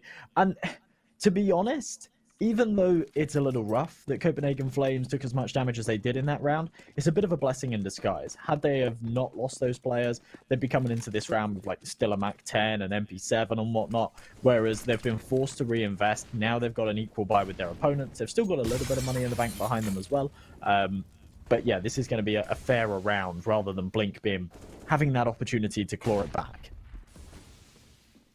Oh. Ooh. Back and forth there in the apartments, and even Juanfatro bringing it full circle, 3v3. Now, with pretty much 35 seconds down in the round, and we heard a couple of ticks now going back and forth in chat. They seem to probably be chatting about that situation. Probably must be having a laugh.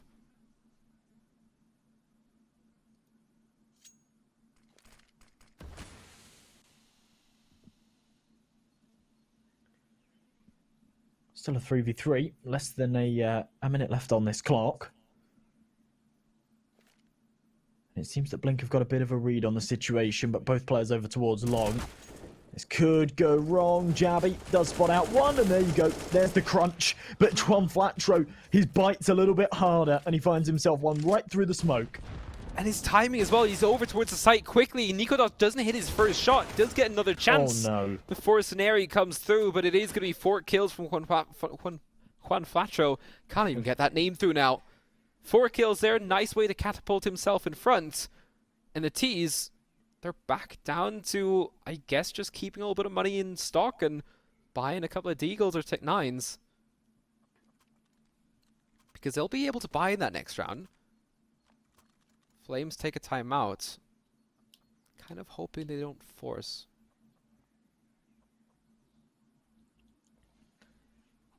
10-9. Yeah, this is a rough one. Look, Jabby head in hands.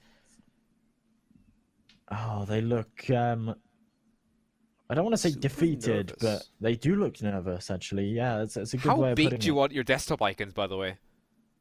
Big. That is mad. That is crazy, crazy. You know what he needs? A couple more trophies. Yeah. She's got a big fan. Who is it? I think it's Sparrow that has like all his trophies in the background on like a little like cabinet. I think that's really cool. Yeah, and I think some of the Astralis players as well, but of course they have trophies to pretty much go around everybody. Yeah, is that not like their bootcamp place or something, or is that just... Yeah, they do play at the Nexus, but sometimes they've played at home as well during the start of the pandemic. And, but I think now they always play at the office, yeah. And they used to as well, but then at some stage in the COVID times, they only had 2 players at the office and everybody else playing from at home. Oh, see. Insight from Tyler. Well, I just watched enough of those games and always saw the player cams. Fair enough. But yeah, I mean, Copenhagen Flames, just kind of reading between the lines there a little bit, certainly did look worried. Remember, there's no lower bracket. They're struggling to keep control here on Inferno. This is like a rough round, but they've gone for a force that could work, but there's only a couple of Tech 9s in play beside them. A massive shot from Nikodos, though. Refrag does come through from GXX. I kind of want to see him backtrack here. Yeah, I like the fact that he's gone over towards Coffins at the same time. Nikodos just about missed out on the timing here. Does he go into Shadow, though? Yes, he tries to. And Nikodos is there, and he's been so strong. Doesn't matter mid or close range. And even here already spotting out Synopsy. Great flick. And he's the man of the hour right now. Copenhagen Flames take control. 4-on-2 all of a sudden. And I wasn't a big fan of this buy, but it might just about keep them in the lead. Zyphon lurking over towards A as well. Galil stronger than Famas all day long. It's all down to Juanfatro in a 1v4. And you just don't win these. Save onto your weapon. Not going to get much more than this M4. Maybe could save a chicken through into the next round as well. But doesn't seem to be too much interest. You know, I always used to say that I thought Nikados would be picked up back when Copenhagen Flames like weren't as good, and they had a slightly different roster. I always used to say that I thought Nikados would be picked up by a tier 1 team. But there's a lot of high tier teams in Denmark, and sometimes there's a gap for AWPers, and I thought that Nikados would kind of fill that gap somewhere for a high level team. That's not really been the case. That's never really happened, and he sort of slowed down a little bit. But games like this, he's just on fire, going above and beyond, head and shoulders above his teammates and the opponents. And I love the fact that actually, instead of him pushing into a tier 1 roster, they've almost kind of built a tier 1 roster around him. They're now top 15 in the world. They've had great results and whatnot. And he's finally kind of had the chance to prove himself up against some of the best. Right now, he's just tearing through. That last round was played perfectly, and a real showcase of what he's capable of. Right now, just up against these pistols, one flat tray with the M4. But no real investment here for Blink. Yeah, it's still when Flatro is in a dangerous spot. Hasn't been spotted by Zyphon just yet. And at the same time, Regon is keeping an eye out towards the apartment still. Does have a deagle. We talked about how dangerous he was on overpass earlier with that deagle as well. But right now, Roy is the man we're looking out for. GXX is going to get caught. I like the fact that he just goes for the safe kill. Especially at that distance, still a long distance to go to actually close it out. And right now, Zyphon is going to get Juan Flatro served on a silver platter. All going to be down to Recon towards A. Not really a challenge. Roy, still somehow a surprise for Synopsy. And he's going to make it a double. Everybody staying alive. 12-9. You've talked about them struggling. But at the same time, Flames now back in their own right. 5 out of 6 rounds at the start of this second half.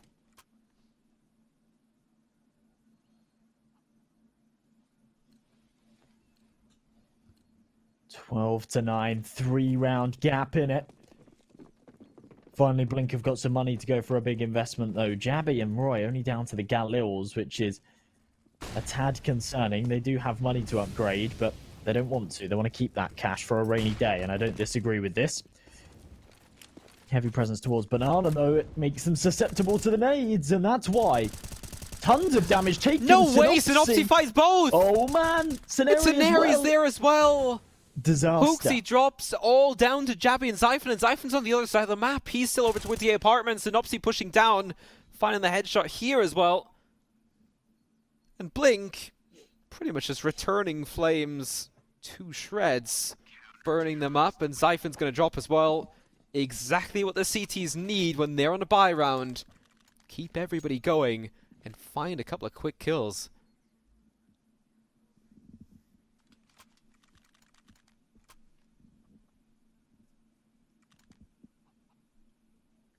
I still feel like there are a couple of players actually that look a lot like Zerfer. Okay. I don't disagree, but I want you to explain yourself. I don't know, I've just kind of been going through the cams, and I don't know who it is. I think it's GXX, and I think he has a little bit more beard right now than what he has on his HLTV picture. It's like pretty close. Yeah. To Mr. Kelly.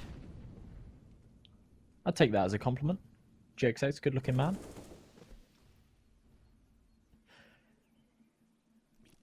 None of them are bad looking. Not that I ever discriminate, but yeah. I think we leave that right one now, there, but yeah. Yeah, pretty much. I think we might as well just jump back into the action as GXX is almost about to face off against a couple of those T's. A flashbang working wonders here from Zyphon onto Roy, but Hooksy at least there to trade once more. Still the advantage going for the T's. GXX not going to go aggressive though, which is certainly the right call to make. But the B bomb site could be open for the taking. I'm surprised at how open the bomb is going to get dropped in towards middle. The fact that they're still trying to work out both of these bomb sites. They're cutting it a bit fine, given the bomb position and given the fact that we've just hit the 30-second mark. I do like the way they played this. So they've gone for that prod towards A. They've kept the presence in brackets. Now they're going to fill around elsewhere. Jabby goes massive, but they are really, really cutting this fine. Oh my goodness. Oh, Nikotosh, she's still holding on to that angle. That is unreal. Still, the bomb is out of contention. 10 seconds to go. Oh my god. And guess what? Regon is going to be surviving here for an 11th round. 5 seconds, 4 seconds. Just about to start. The bomb might just go down, and it will for Flames. Oh guess what, god. Regon? Bamboozled here in the last second. And surely he's just going to save.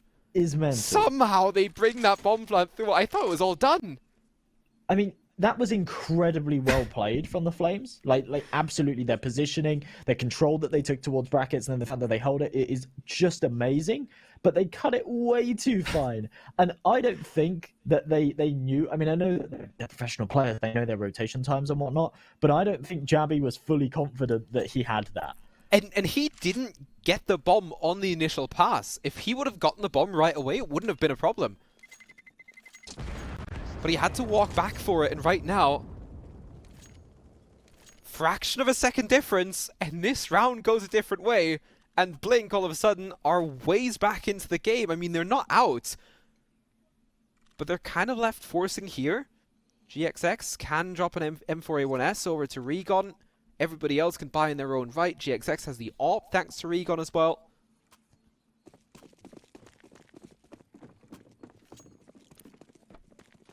Well, this round is going to be really, really decisive. Yeah, it absolutely will be. That was such a big one from the Flames. You think about it, it's always so easy to forget. Had that have been half a second later, probably even less than that, we'd be at 12-11 right now. Copenhagen Flames wouldn't have money. And this game would take a completely different turn. Yep. But instead, they've got a 3-round advantage. They've got cash in the bank, and Blink are on the cusp of reset on their own map pick here in the quarterfinals. No lower bracket. Only one chance to stay afloat in this one and punch for the top prize that they're all so hungry for. Yeah, and of course, right now for them, it is still the fact that, of course, Flames, they were invited into this Blink. They've had a great run in the tournament thus far, and it's not done just yet. But I think they might even have the stronger or the easier side of the bracket. Ecstatic is the one team waiting for them in the semi-final. To be honest, I'm just out for favorites, and I think that that might just be Exosalt coming in from the upper, but they will have a challenge in meeting Mouse NXT as well. I don't know. Have you gone and said hi to them yet? Have you introduced yourself yet? Said, hey, I'm Tyler. I've talked with them. Okay. And surely they know that I'm here because they're on the other side of the wall. Like, the walls aren't that thick here. Still, Zyphon's gonna find a headshot onto Regon GXX somehow. Ooh. Just about to say, he might just find a second. Alrighty. But no. Flames, 14th round, pretty much coming up. Yeah, I don't know. Like, the one team that hit it off most here at the boot camp was certainly the guys from Furia. Right, okay. That doesn't But, like, surprise they were me, here actually. for 3 months. Yeah. Fair enough. Fair enough. That makes sense. 3 months. Yeah. That's a long time. That's a big bill at the end as Yeah, well, like, I'm sure. They were... It was 3 months in Serbia, 3 months here, and then I think the next 3 months in Serbia again, and like short trips for like qualifiers, I think, over to North America. Wow. On the And due move. to, yeah, I mean, it was all down to COVID restrictions and everything. And of course, only being allowed to stay 3 months within Europe. I mean, COVID restrictions, and I think also the fact, like, let's write COVID out of the equation. The fact that the NA scene's just in such a kind of messy spot at the moment. Yeah. Top-level teams like Furia don't want to be stuck in that area. They want to be coming over to Europe, and they want to be trying to compete at that higher level. And I think it's such a vicious cycle as well when you consider, okay, well, you kind of...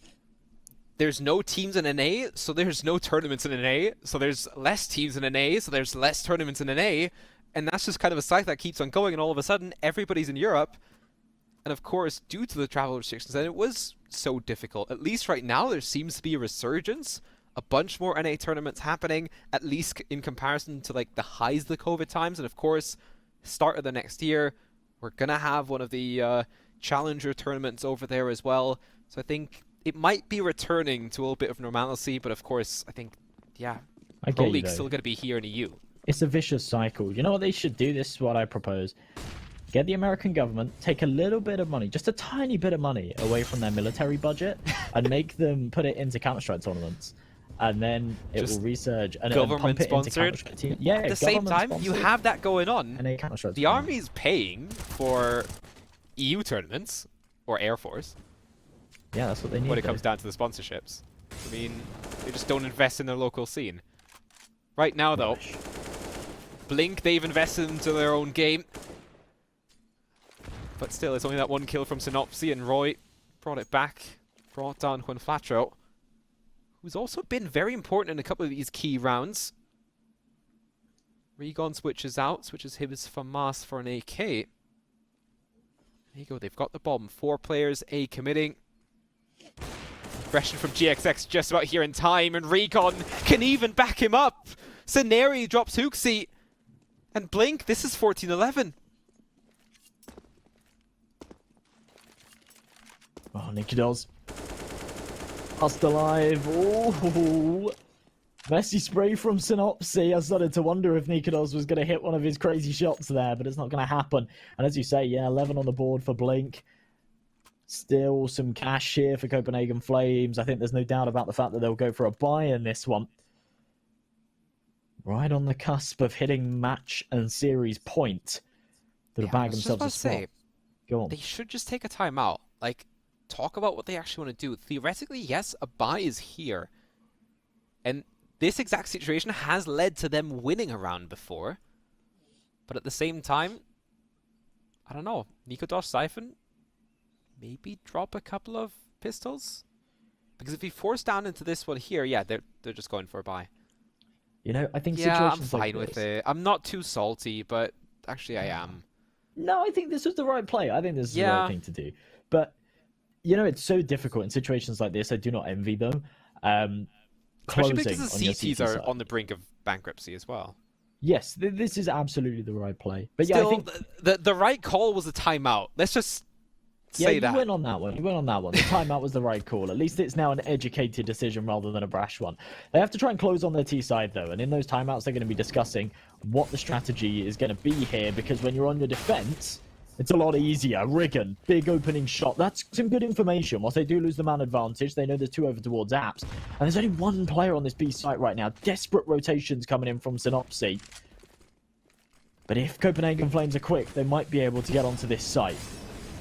Yeah, nice Molotov there from the CTs as well, just doing extra damage. Scenarius on the bomb site, managing his way around the smokes. 3k from him! Holding on is only down to Nikodosh. And everybody here, Blink have rotated. Regon is going to be venturing in towards mid, but only checking out towards the apartments as well. I love his flank right now. But to be honest, I'm not too surprised that worked out for Blink. Because right now, this is their time. This is their chance to be straight back in. Oh, that is unreal. Because Flames, their money is tough.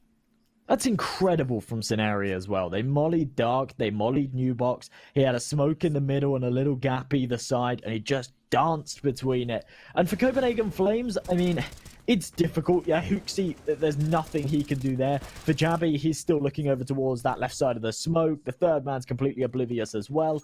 But yeah, it really just felt like they weren't anticipating Scenario to be behind or within that smoke. And they all crumbled. Not playing off of each other. Down to the Glocks now. Blink are going to have to come into this and try and make this a 13th. I think they should be able to get there quite comfortably as Scenari. He's really racking up his kills, isn't he? Adding to the tally. He's not had a massive game. He's been fairly quiet, but now he's coming alive.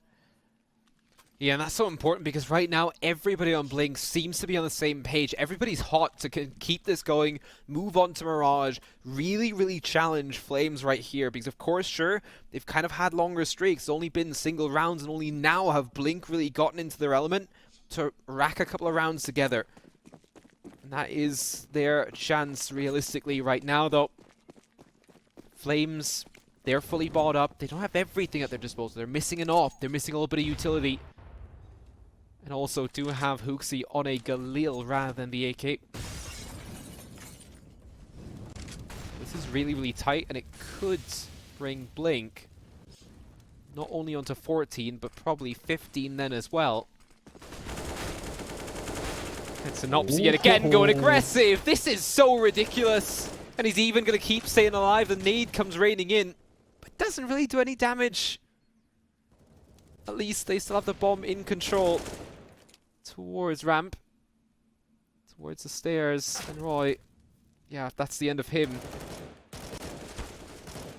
Flames just crumble right at the seams. Siphon and Hooksy still going, but not for long. Blink, it's 14-14.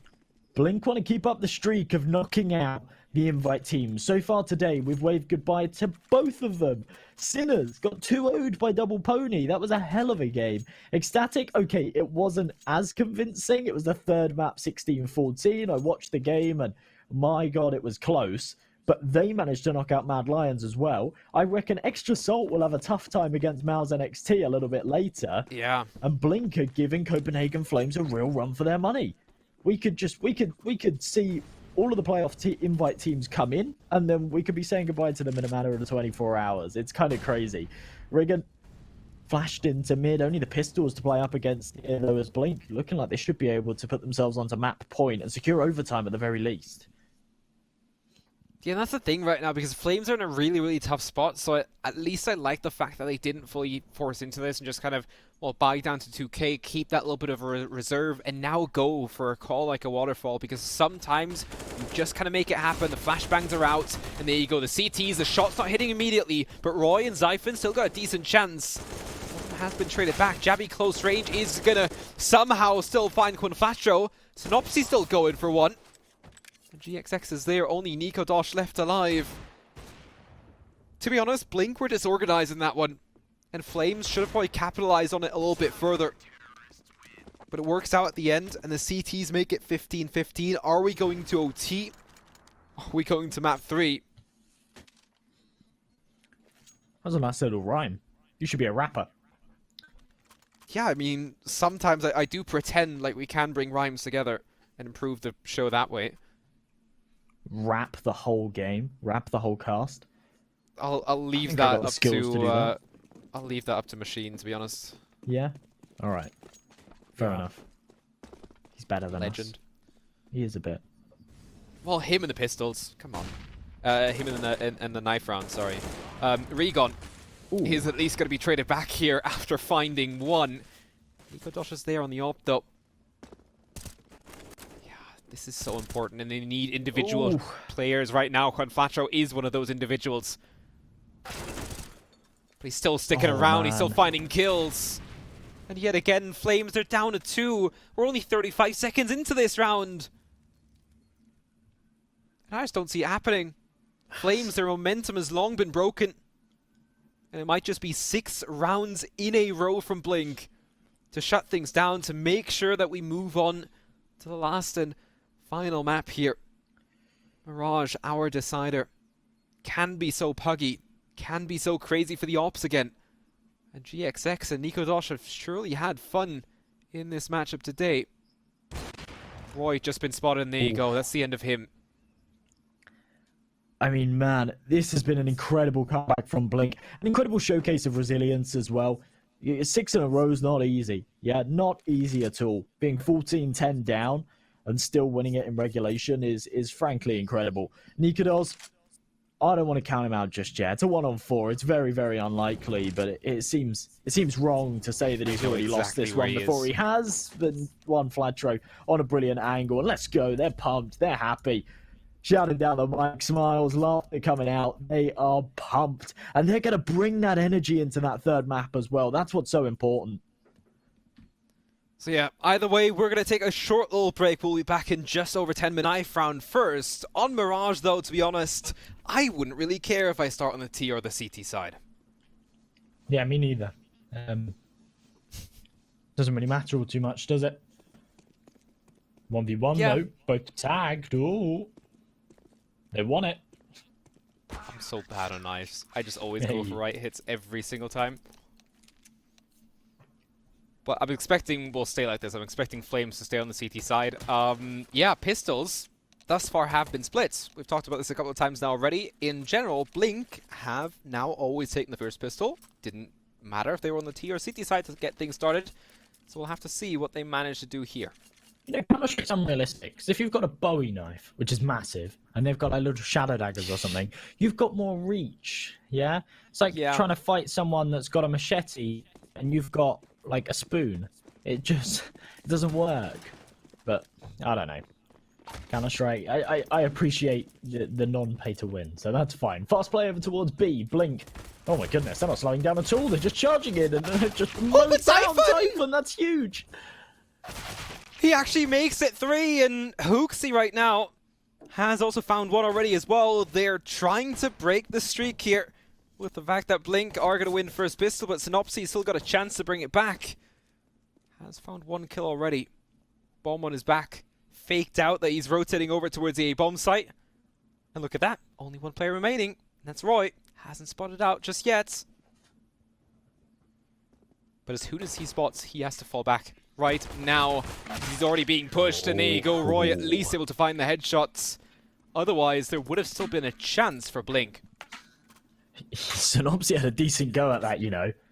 Finding those first 2 kills, and then falling back and just waiting long enough that Copenhagen Flames start to second guess it. They dismantle that stack that they had on the B site. They start to go elsewhere, and it gave them the opportunity to isolate Roy there. He actually had that 1-for-1 fight. Had he have won it, he could have got on the bomb site, got that bomb down, and at that point, I mean, it's major success. Still, the pistol round going Copenhagen Flames is way though, up against the pistols, Molly a tad late, and the MP9 doesn't find anything. Bomb plant Just straight out there with be blocks. allowed. Oh, maybe not. Great, yeah, it is. Great all right. bonus. That's a successful round. Bomb plant and a kill. Blink are happy with that. That shouldn't have been allowed. I mean, in the end, Flames make it 2. They're on the CT side. They're keeping 4 players alive. They're only losing an SMG. It's not bad.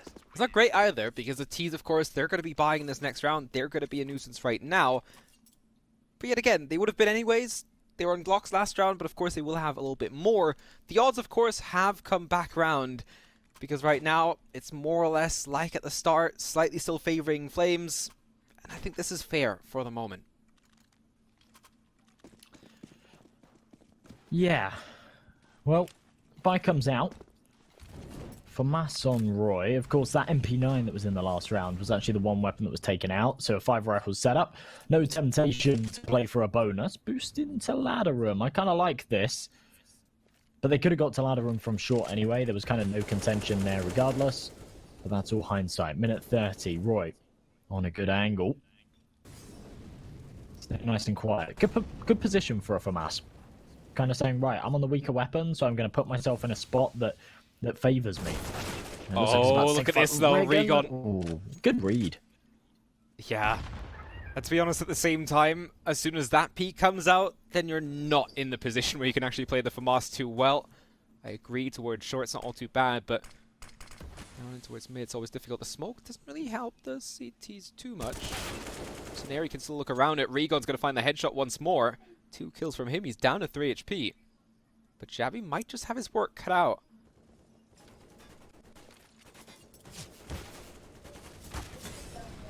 Oh, Zyphon does find himself the one. Still a man disadvantage though, and as the flash goes in, Jabby was fully blinded. Sineri could have found the kill there instead. Waits for the second, and while Zyphon's blinded, Jabby is not. Can't find anything regardless. And it all falls onto Hooksy. 1 on 4. Does catch one off guard. Second as well. Couple of mistakes made from Blink, and it costs them dearly. Will it cost them the round though? Unlikely. There's diffuse kit into CT. Hooksy needs to find these kills quick, and he knows it as well. Smoke and flashbang at his disposal. Oh. But it's just too tough as they know Still good exactly where he's damage, though. moving. In that scenario, you know, Yeah. it's like 4v2. Okay, the round's lost. They're going to be disappointed because that's a round they should be winning. But 4v2, you kind of... 4v1, you kind of count yourself out of it completely. So finding 2 kills really isn't too bad. Yeah, I mean, that's still a bunch better than letting the T's bring 4 weapons through, so at least you're going to keep them honest right now. If you somehow find success with this Forest, then you still have another chance, but right now, of course, it's 1M4 for Roy. Nikodosh, yes, on the AWP, but at the same time, there's an MP9, a CZ, a Deagle, and they have a heavy mid presence with the 2 weapons that they have right now, and that's not really where Blink have been going too much. Sure, they had that previous round, but there was also not only a direct push there, and right now, GXX find the first into Roy. That's the M4 already gone. The AWP is dropped as well. Jabby, nice for him to be in towards ramp. They haven't checked it out just yet. They have now. And GXX somehow staying alive and lucky to do so at 1 HP. Oh, man. I was a little bit worried there that Jabby hadn't communicated the fact that he was playing close ramp and that they could just walk out Palace. It's an incredible read from Blink to just shift walk out with no noise, no utility and whatnot. He had actually communicated that really well. They were fully aware. You see that peek from CT, like fully aware that they could have walked out Palace. But yeah, it just doesn't work out. They don't hit their shots. Blink are looking good in these last couple of rounds. And Copenhagen Flames, since that little burst that we saw, which was kind of all off the back of an individual play from Zypern, we really haven't seen anything substantial here from Copenhagen Flames this game. They're looking a little bit shaky on Mirage. Yeah, right now, Blink just looking to take full control of this. Both teams have great records when it comes down to it, but I think Blink might even be able to transfer a little bit of that momentum that they had in the previous map. Of course, a long run from them to actually bring it back. 6 rounds in a row to make it 16-14 at the end. And right now, it's all just about waiting for the CTs to have money. You lose that first buy round, you don't really have anything else at your disposal. Right now, it's just about being back on the weapons as soon as possible, maybe doing a little bit of damage. That not as realistic as Blink. Clean house, and the odds are pretty much 50-50 right now. And it's still early days in this game. Anything's still possible. And either one of these two teams could certainly move on to that semi-final spot.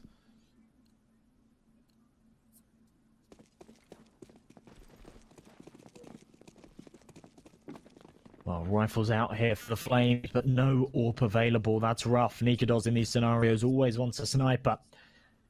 And he can't buy one. Jabby with no utility either. Nikodos getting tagged down so low early on.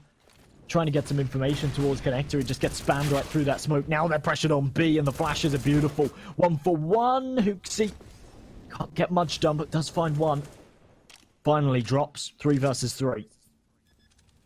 Yeah, so Flames certainly at a disadvantage here as they don't have any control towards the bomb site. Smokes right now still covering off a lot, and they will be re-smoking. Scenario closer range for him. He's ready for it. Roy's position could theoretically be traced back by that nade. They line up for him, and that's just naughty. How quick he goes to the headshot towards Roy as well. Nice one to shut things down. No chance whatsoever there for the Flames. And this has now been 4 rounds in a row. How long can the T's keep this going?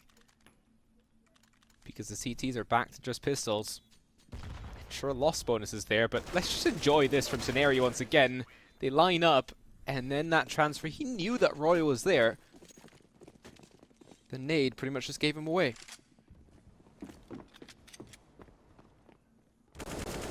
Roy. Oh. Thought he might be able to find one there with the CZ. Instead, it's Hooksy to do a little bit of damage. But Copenhagen Flames being on this CT side, not having that cash, they fall into this cycle where they've got the loss bonus. So it's just force buy, full buy. Pistols come out, they do a little bit of damage. Then they full buy and don't seem to be able to get much done. Nikodos does actually get a couple of nice kills there towards the end. So it makes it expensive for Blink. But Blink don't care. GXX dying there, he's on 14k. He's almost hit the bone. He's almost hit the limit, sorry. So he'll have no problems reinvesting, nor will his teammates. 5-2, Blink starting to really snowball right now. And unless Copenhagen Flames can be the wall to stop them, then Blink are just going to keep rolling down that hill, picking up momentum as they go. Yeah, and right now, Flames, sure, they're back on a bye, but you've said this. They haven't really been too convincing on it. 2 players now close range in towards the ramp. More of a presence towards mid this time out. And to be honest, we see this from quite a lot of teams, actually. The aggression there in towards ramp, but it works out for them once more. really been the biggest fan. But yet again here, Regon to find Nikodos. Tried to work his way through the smoke, and right now the T's yet again finding the aggression. And the success here, Regon needs a second attempt to actually make it in towards window. But Siphon is there to stop him. And this now the biggest chance that Flames have had in the past 5 rounds to actually get one done.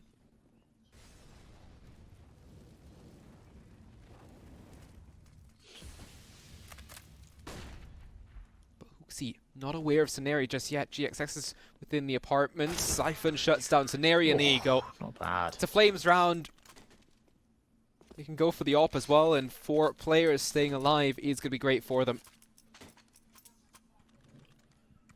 Important to not let Blink run away with this, even though they did get 5 rounds in a row. It is, yeah, but look at these odds. 1.68 to 2.12. Copenhagen Flames were the favourites by a decent margin coming into this at the start. Third map. Still early days, 5 to 3, but the odds are really favouring Blink right now, and I think it's just their momentum, the fact that they've actually looked better here on Mirage, even though the round count is close. Remember, 2 of those were the pistol round and then the follow-up against an eco, so I'm not sure if you can really ride too much on it. Riggin in underpass. Oh, it does get mollied off. Good timing on it. Nade does a little bit of damage as well. But he's going to stick around. He wants that kill onto Siphon. Ooh, almost. Oh, the nade though, following up. Siphon, no way of getting out of that. So much damage. Nikodos in the meantime does find Scenario top mid. Siphon still able to shut down Synopsy. Now the kills are really coming through. Roy to find one onto Regon. Who's been so strong in this game early on as well. On the previous maps and right now.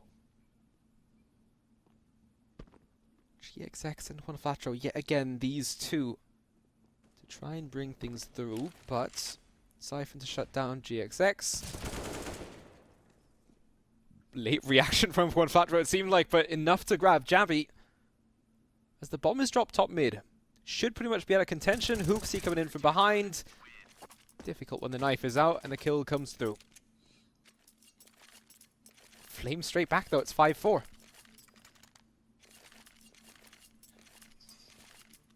Only 1 round in it. And that economy from Blink that seemed so strong just a couple of rounds ago is actually looking rather fragile. Scenario, okay. I don't really know why he's gone for the Galil there. Synopsy as well. They had enough money to go for AK-47s. Look, he's got $800 to spare. It's a weird one. Why would you go for the Galil in that scenario? I don't get it, personally, but maybe he's got something up his sleeve. Well, it certainly has $800 up his sleeve for the next round. It's one part, but yeah, I'd much rather be on an AK as well. Maybe he was thinking about buying more utility and then was called back to not do so.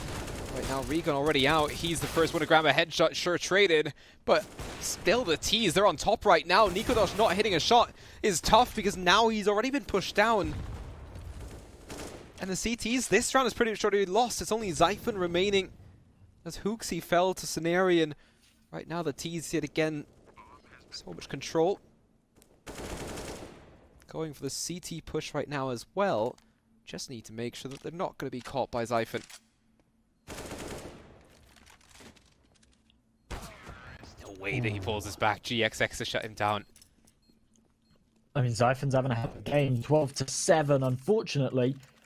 A couple of names out there not quite matching him. Jabby, normally a hard hitter. Yet to find a frag here on the server. Nikodos, he's been hitting some incredible shots and had some incredible plays throughout this series. Last map, he was the man of the hour. This map seems to be missing a couple of key shots that are costing his team quite dearly. 6 to 4, Blink with the advantage coming into this one again. Copenhagen Flames do still have money behind them. Remember, they've got that max loss bonus. They're saving a bit of cash in these rounds as well. So generally speaking, they're in a position to buy sort of round after round. Hooksy down to the MP9. But when you've got one player on an MP9, it's not too much of a contingency. You can kind of put them up close as they have done. But Riggin, he spotted Nikodos, and Nikodos has missed a shot. Luckily, his teammates are there to support. Yeah, and he's been so strong in these close range angles as well earlier on Inferno. Right now, just nothing seems to be working out. Synopsy yet again grabbing a double here. 1 HP, sure lucky to be alive. But he's hitting his headshot, and there's a reason why he's still going. Roy to drop as well, only Jabby remaining. And they're not quite sure where he's at just yet. I think they just about spotted his barrel. And there you go. Scenario to shut things down. 2 from him, 3 from Synopsy. 7 rounds here for Blink as they just seem to keep on going. It's nice and all that they're able to get 2 rounds in a row on the side of Flames, but yet again, when it's then Blink coming straight back, money broken surprised by again. their timeout. Yeah, well, I'm not. I don't know. I wouldn't necessarily say I'm surprised. It's an interesting time for one. But utilizing them, you've got 4. Why not take a little break, even if it's just to have not an unrelated discussion, but like even if they're not super focusing on okay, what are we going to do this round, just like a general game plan. I don't know if you kind of picked up on it, but what Nikodos did there, they had a 2-man advantage. He'd kind of been saved by his teammates in that scenario, and he could have just backed off. He was in ladder room. It wasn't like he was trapped in a corner or anything. He could have just backed off, gone up the ladder, either stuck around there and waited for the storm to pass, or even just try and like drop into window and back away from that avenue. And instead, he jumped through the smoke and went for a no-scope. I mean, it's just insane. Yep. It's just completely bonkers. If it works, then we sort of say, whoa, Nikodos. But 9 out of 10 times, it's not going to. So it's a rough one. Puts Blink onto 7, and more than likely 8 now as they're just up against these pistols. Yeah, and right now still Synopsy and Flatro. There you go. The round's done before it's even started. Everybody being spotted out. Hooksy, surely they'll be checking out for the rotate already. He's only on a USP though, so it should just pretty much be straightforward. Flatro just about spotted out a leg. There you go. That's tough when your foot is out in the open. First half with that is going to be wrapped up. 8-4. At least the lead is going to be there at halftime for Blink. The question is, how big is it going to be? I wouldn't be surprised if Blink end up going double digits. Flames do take a timeout of their own. And of course, they will have a bye coming up, so... Yeah. I feel this is a much-needed timeout. Yeah. You know, I mean, last round, okay, obviously they're going to go for a force because they've got that max loss bonus, but that was a force play. That wasn't a full eco. They had upgraded pistols, they had Kevlar, they had a bit of utility. They didn't do a single point of damage. Not only was it a flawless round from Blink, but it was flawless in every regard. They didn't take a single point of damage, and it really does sort of show the whole narrative of this game, how these rounds have been going. I'd say the last sort of 10 in particular, Blink have just been on top. Absolutely. Both AWPs now out, Nikodos and GXX to try and battle it out, but Blink, once again, just set up for an A execution, and Copenhagen Flames are playing a really passive approach to it. Yeah, and right now, yet again, just the smoke's being committed. Everybody into it. Jabby very laid back right now. They're well aware of his position. Nikodos, though, hitting the first shot this time out. And that's so much more important because it gives him so much more confidence again. Goes for a second. The smoke covering off right now. Synopsy's not been seen heading into jungle. Synopsy, hello? Dangerous. What is going on? They know Nikodos is on stairs. Why is Synopsy just walk through CT? Yeah, but he's going CT and he might just be able to backstab them because the CTs are nowhere near aware of this. And of course, not only can he give the info on to the rest of his team, spot out the second player, grab 2 kills immediately, all about trigger discipline. Oh, man. Oh, and Synopsy needed that second kill. Nikodos has shut down GXX and he missed out on that one. I don't know what Synopsy's waiting for there. I mean, personally, I feel like he should just be killing the stairs player and then playing from that. Okay, going through jungle, going round to CT, it's a smart play, okay? Like, I do understand you need to hit your shots. But the thing is, you've got to hit your shots, but when he sees the firebox player and puts his crosshair on his head, what's he waiting for? Why doesn't he pull the trigger? There's the trigger discipline in that scenario. You can only ever hope for 2, yeah? He's surely not expecting a third man to be on the bomb site. You're only going to get 2 kills in that scenario. So crosshair on the firebox player, pull the trigger, transfer over to the man on ticket booth. Now you've got a 2v2. But no, he hesitates and it costs him big time. Copenhagen Flames, that's a 5th. Yeah, and Synopsy already opening up this next round as well. Sure, they have a double op setup on the CT side. But right now, I mean, double digits still in the game for them. Roy, though, to find the headshot onto Regon. Neri, his position is going to be given away. Conflatter to find Jabby though, and even Saneri. Dirty headshot onto Roy, and within 3 seconds this round crumbles. And Flames are down to Hooksy. It's only the FAMAS and they're expecting him towards short. The bomb is top mid. But guess what? Blink, they just don't care. It's the last round of the first half coming up. And it might be double digits. And look how calm they are. They're just partying. They're enjoying this, drinking tea. Not a problem. Yeah. I like that. No energy drinks. Tea. That's what fuels these Blink players. It might be green tea or something. You never know. Maybe. But like, yeah. Green tea is still not... I mean, I suppose it's the same color. But... Oh, doesn't it also like give you... I don't know. Maybe. I don't know. It depends what you put in it, Tyler. What are you putting in your tea? I'm just a fan of Turkish apple tea. But yeah. The only thing I drink. Right now, though, Regon to find the headshot onto Hooksy. It is the last round of the first half, of course, so fully bought up here. But it just doesn't matter. They could have, I don't know, Negevs that shoot deagle bullets for all I care. Flames right now still just being headshotted after headshot, and even here, Conflatter going aggressive to find Jabby. Nico Dosh, last man standing, at 41 HP. Yeah, just drop your op, run into it. You're dead. Perfect stuff. Double digits, 10-5. I reckon it's something to do with that performance-enhancing tea.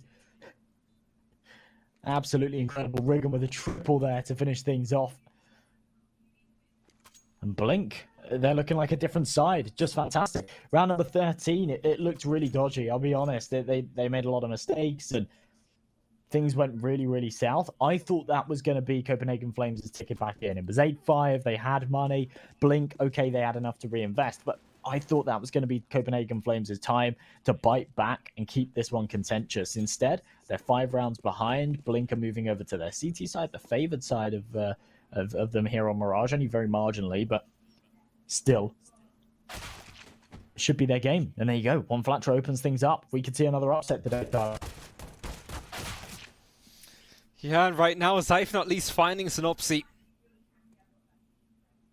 The rails are set to at least keep on going for Copenhagen Flames. They certainly came into this game as a favorite. Right now, Roy, he could just hold on towards B. Of course, unaware that nobody's actually already in towards Market or the bomb site. Especially Roy here.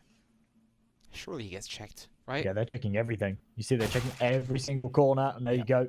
Big kill. Interesting that they're playing a completely retake B setup. They have got a kit and a smoke, though, so fair enough. I mean, they've got a shot at this. It is weird, though. Retake B on pistol. I wouldn't want to be in this position. 3 players through short is also interesting. Sure, it's a longer range. It's certainly the better chance to get the headshots in. Right now, the Glocks are set and ready, and they're ready to hit headshots on the side of Flames. Regon, though, the only one hitting headshots right now. Jabby, Zyphon, everybody chiming in is only down to Jabby. Guess what? Blink are going to take this pistol as well, making it 11 rounds in this one, and also they keep on splitting the pistols. So it's 3-3 on pistols after our 6th pistol of the broadcast here for Flames up against Blink. And you know, it felt like look at another Jabby, little 1 counter-strat. kill only. Yeah, I think he actually... I don't know if that was in that round, just there. I think he ended the half on 0 kills. He's having a really, really rough time. It's rough. But yeah, it almost felt like another little counter-strat there from Blink. They had a really good read on what Copenhagen Flames were doing. We saw that on Overpass. Their pistol round was like very, very well prepared. And all the boost! Wigan! It's such a beautiful angle, but it's anticipated. Either way, they find their shots. We're in a 3-on-3. Yeah, and right now still, sure, Roy, lucky to be alive at 4 HP. His position now certainly given away. When Flacho needs that, though, the flashbang catches him off guard. Great way to find a headshot and a kill. It's right now. The A-bomb site seems to be open. Zyphon, I just run T-spawn, grab the bomb, and go. Oh, man. Is the bomb still down? You know, they know that if he's going to start running right now, Synopsys is going to be well aware of that. This is all coming down to timing. Oh, and no, Synopsys starts running. Oh, this man. is so rough. Scenari's there, though. Should be hearing him run round to A, so that's a bit of a suspicion. The issue is I have no idea where Jabby is right now. Jabby's got himself a brilliant position in jungle. Let's try and catch off these rotations. Scenari. Timing. It's a bit of a shame. Yeah, and that Scenario second actually smoke thinks is going it's to give it big. away. Yeah, it hasn't actually checked out towards short, so there you go. Bomb's going to plant it. Scenario none the wiser. Sometimes you just need a little bit of luck on your side. Roy, nice way to play it. I think he's currently reconnecting to the server. Ooh. Right now, Jabby to find that next headshot onto Scenari.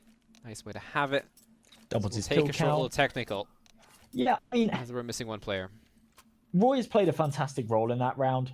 He's the one that's actually disconnected. But yeah, he played a fantastic role in that round because he stayed alive in top mid for so long. He's caused such massive complications. He's on 4 HP. And if the CTs have a HE in that scenario, they just kill him, like straight away. It's no problem at all. But they're distracted for so long by him. And that's the problem. They keep having to invest players. They keep having to hold top mid, worried that he's going to peak. They even aggress one early on. And yeah, Roy just completely shuts it down and puts that fuse on the round that they needed. 11-6. Copenhagen Flames still seem pretty composed in this, which is surprising, bearing in mind they're 5 rounds down. I like that, though. Keep that composure. They're still got a good chance of winning it. But they're really, really looking to win this game. I think for Blink, this has been a fantastic run for them anyway. They've gone all the way through the regionals. The fact that they're even here and they're taking Copenhagen Flames to a 3rd map is a win in their books. For Copenhagen Flames, they're one of the teams that I would have put down to win the tournament as a whole. So they're absolutely looking to breeze through this.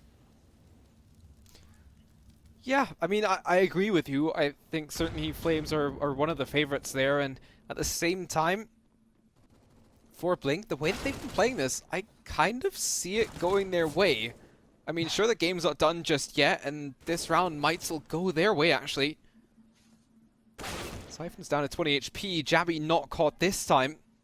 He's at least figured out how to press a couple of headshots here. So right now, Nico Dosh to find another, but Regon shuts him down. He's onto an AK right now. Bomb not planted just yet. 60 seconds still to go. So actually, a lot has happened already with the timer as it is. Wow. And Regon and Scenari will shut things down with headshots and make it 12. 6-round difference between both teams, of course. And right now, yeah, Flames not really convincing me just yet here, Mirage. And I kind of feel like Blink can now start to take it further. They do take another timeout. And we'll have to see how this one figures in.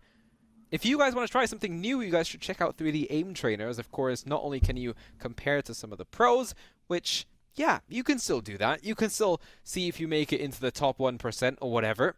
But you can also try out their new deathmatch. It's a new way to play a little bit of an FPS, different to Counter-Strike, but you can play that within your browser. No download necessary. Play It surprised me a little bit. Maybe don't But play yeah, at school. I mean, that's one thing to maybe play on the go. Yeah. Yeah, that's kind of the thing. And because it's browser only, I suppose it's presumably really easy to run. So you can play it on bad school computers, a laptop while you're on holiday. It's interesting. Do hotels still have PCs in the lobby? Oh yeah, Maybe sometimes. Sometimes. Internet cafe. Man, I never really went to an internet cafe. Nowadays they've upgraded. Now we have like esports places, and Yeah, they're very. I've been to gamery. those. Yeah, I've been to Haven't those been as to well. a normal esports cafe, but or to a normal PC Internet cafe. cafe. Neither have I. Yeah, It's where shady Yeah, but stuff right goes now- down. this is just tough luck. I mean, they're just getting pushed. The CTs are having a field day, and they don't really Oh, seem to care. man. Look at how long Jabby took to take a shot, and Fatro still found the headshot. It's all down to Xiphon. His push is nice and all, but Regon has already heard him from a mile away, ready for that headshot. And the way that this is going right now, if Flames don't have a sudden resurrection of some kind, this is Blink in a semi-final. I mean, I might have Jabby's just playing- cursed it, but Yeah. Whoa. they're just stronger. The caster's curse, it's a thing. It's definitely a thing. Jabby's playing noticeably bad right now, though, and I think Yeah. he knows it, and maybe he's even getting in his own head right now. Right there, just a really good example of a shot that Jabby would be hitting all day long. He's a very, very talented player, and missing shots like that is not normal for him. Copenhagen Flames on a full eco. Now, not that last round, but the round prior to that, they actually lost against just Deagles. And that's where things kind of really went south. Blink just had like Deagles and a couple of 5-7s. And Copenhagen Flames' opportunity to come back into this after winning the pistol was shut down very early, and I think that makes things difficult. Absolutely.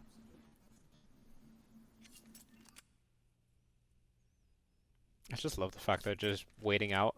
And at the same time, this could be a time for them to discuss what is even going on, what's going to be the game plan, because Blink, they're on the brink of making it 14. The best part is the T's, of course, do remember, don't just sit around for another 60 seconds because you need to die to get a little bit of money. And the CTs are not coming to hunt you right now. Nice little flash in towards top mid. One flasher already. Getting a little bit antsy. No flash to gain them any sort of control though. And this is when it really gets going. Lots of damage. Nikodosh even finds one kill, but only one. And Blink are on 14.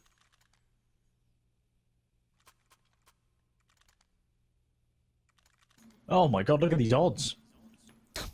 Wow. I mean, it's 14-6 to be fair, but 1.02 to 21.09. They're not odds that I was ever expecting to see in this series. I was debating at the start, especially not in this order. Copenhagen Flames are going to be able to make this 2-0. And you know what's absolutely heartbreaking about it? They were one map up. Map 2, they were 14-10. They could have closed this series out 2-0 about an hour ago. But didn't happen. Synopsy now already opening up the round. Nikodosh at least can trade back onto Regon. So it is still equal numbers in the game. But at the same time, Synopsy keeps on going. Roy now dropping. Going aggressive in towards mid. Full control here. And look at that as well. Nikodosh trying to link back up with the rest of the team. The steps have been heard. And still hitting a headshot. So it's back to a 3-on-3. For one part, I respect the hustle from Synopsy. On the other part, I would have just loved for him to return to the site and just say, okay, well, I'm just going to be sticking around. But that's not the way that Blink have played on the day-to-day. They've been super aggressive all around the map.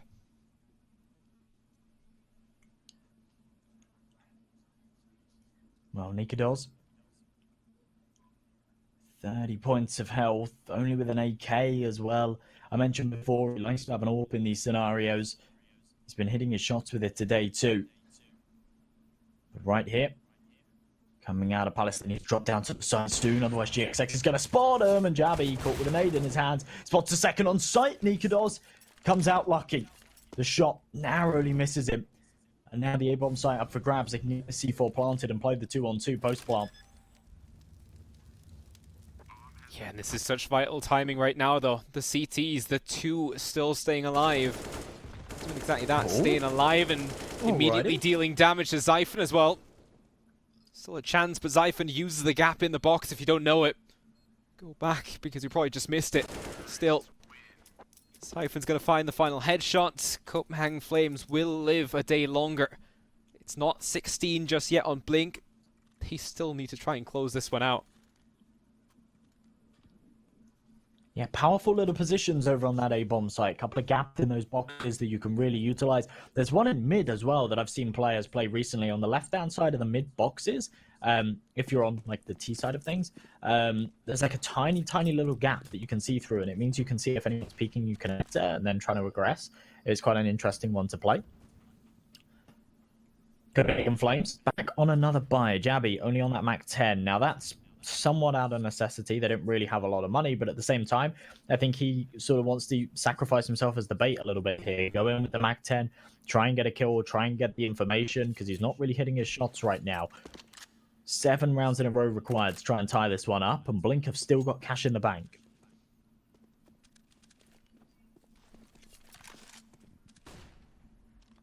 And right now, of course, all about taking control in towards mid for Flames. That seems to be their playground for this round. And still, a flashbang through connector is going to stop them for a little bit longer. Smoke down from the CTs there as well. But top connector is going to be theirs.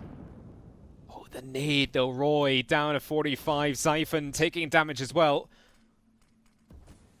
So right now, they're just waiting for that one call. Make a move, everybody at the same time. And go for those kills. GXX, the first one to find Nikodosh. And a nice little boost here as well. They drop down and Regon, he's been hurt, but still Hooksy getting caught. Regon going aggressive, but it's fine for him to drop because they know exactly what's going on right now. And they still have a one-player advantage here. When Flatro towards the bomb site, he's getting pushed. He's now seen too. How has he not been checked yet? Siphon down low, getting caught by GXX. Is all going to be down to Roy. Synopsy says hi from ramp as it's 15 rounds down. Blink about to kick the Flames out. And then all of a sudden we only have one team out of the 4 invited remaining in the playoffs. And the way that this has been going, Mausenix team might have a decent challenge up against X-Assault.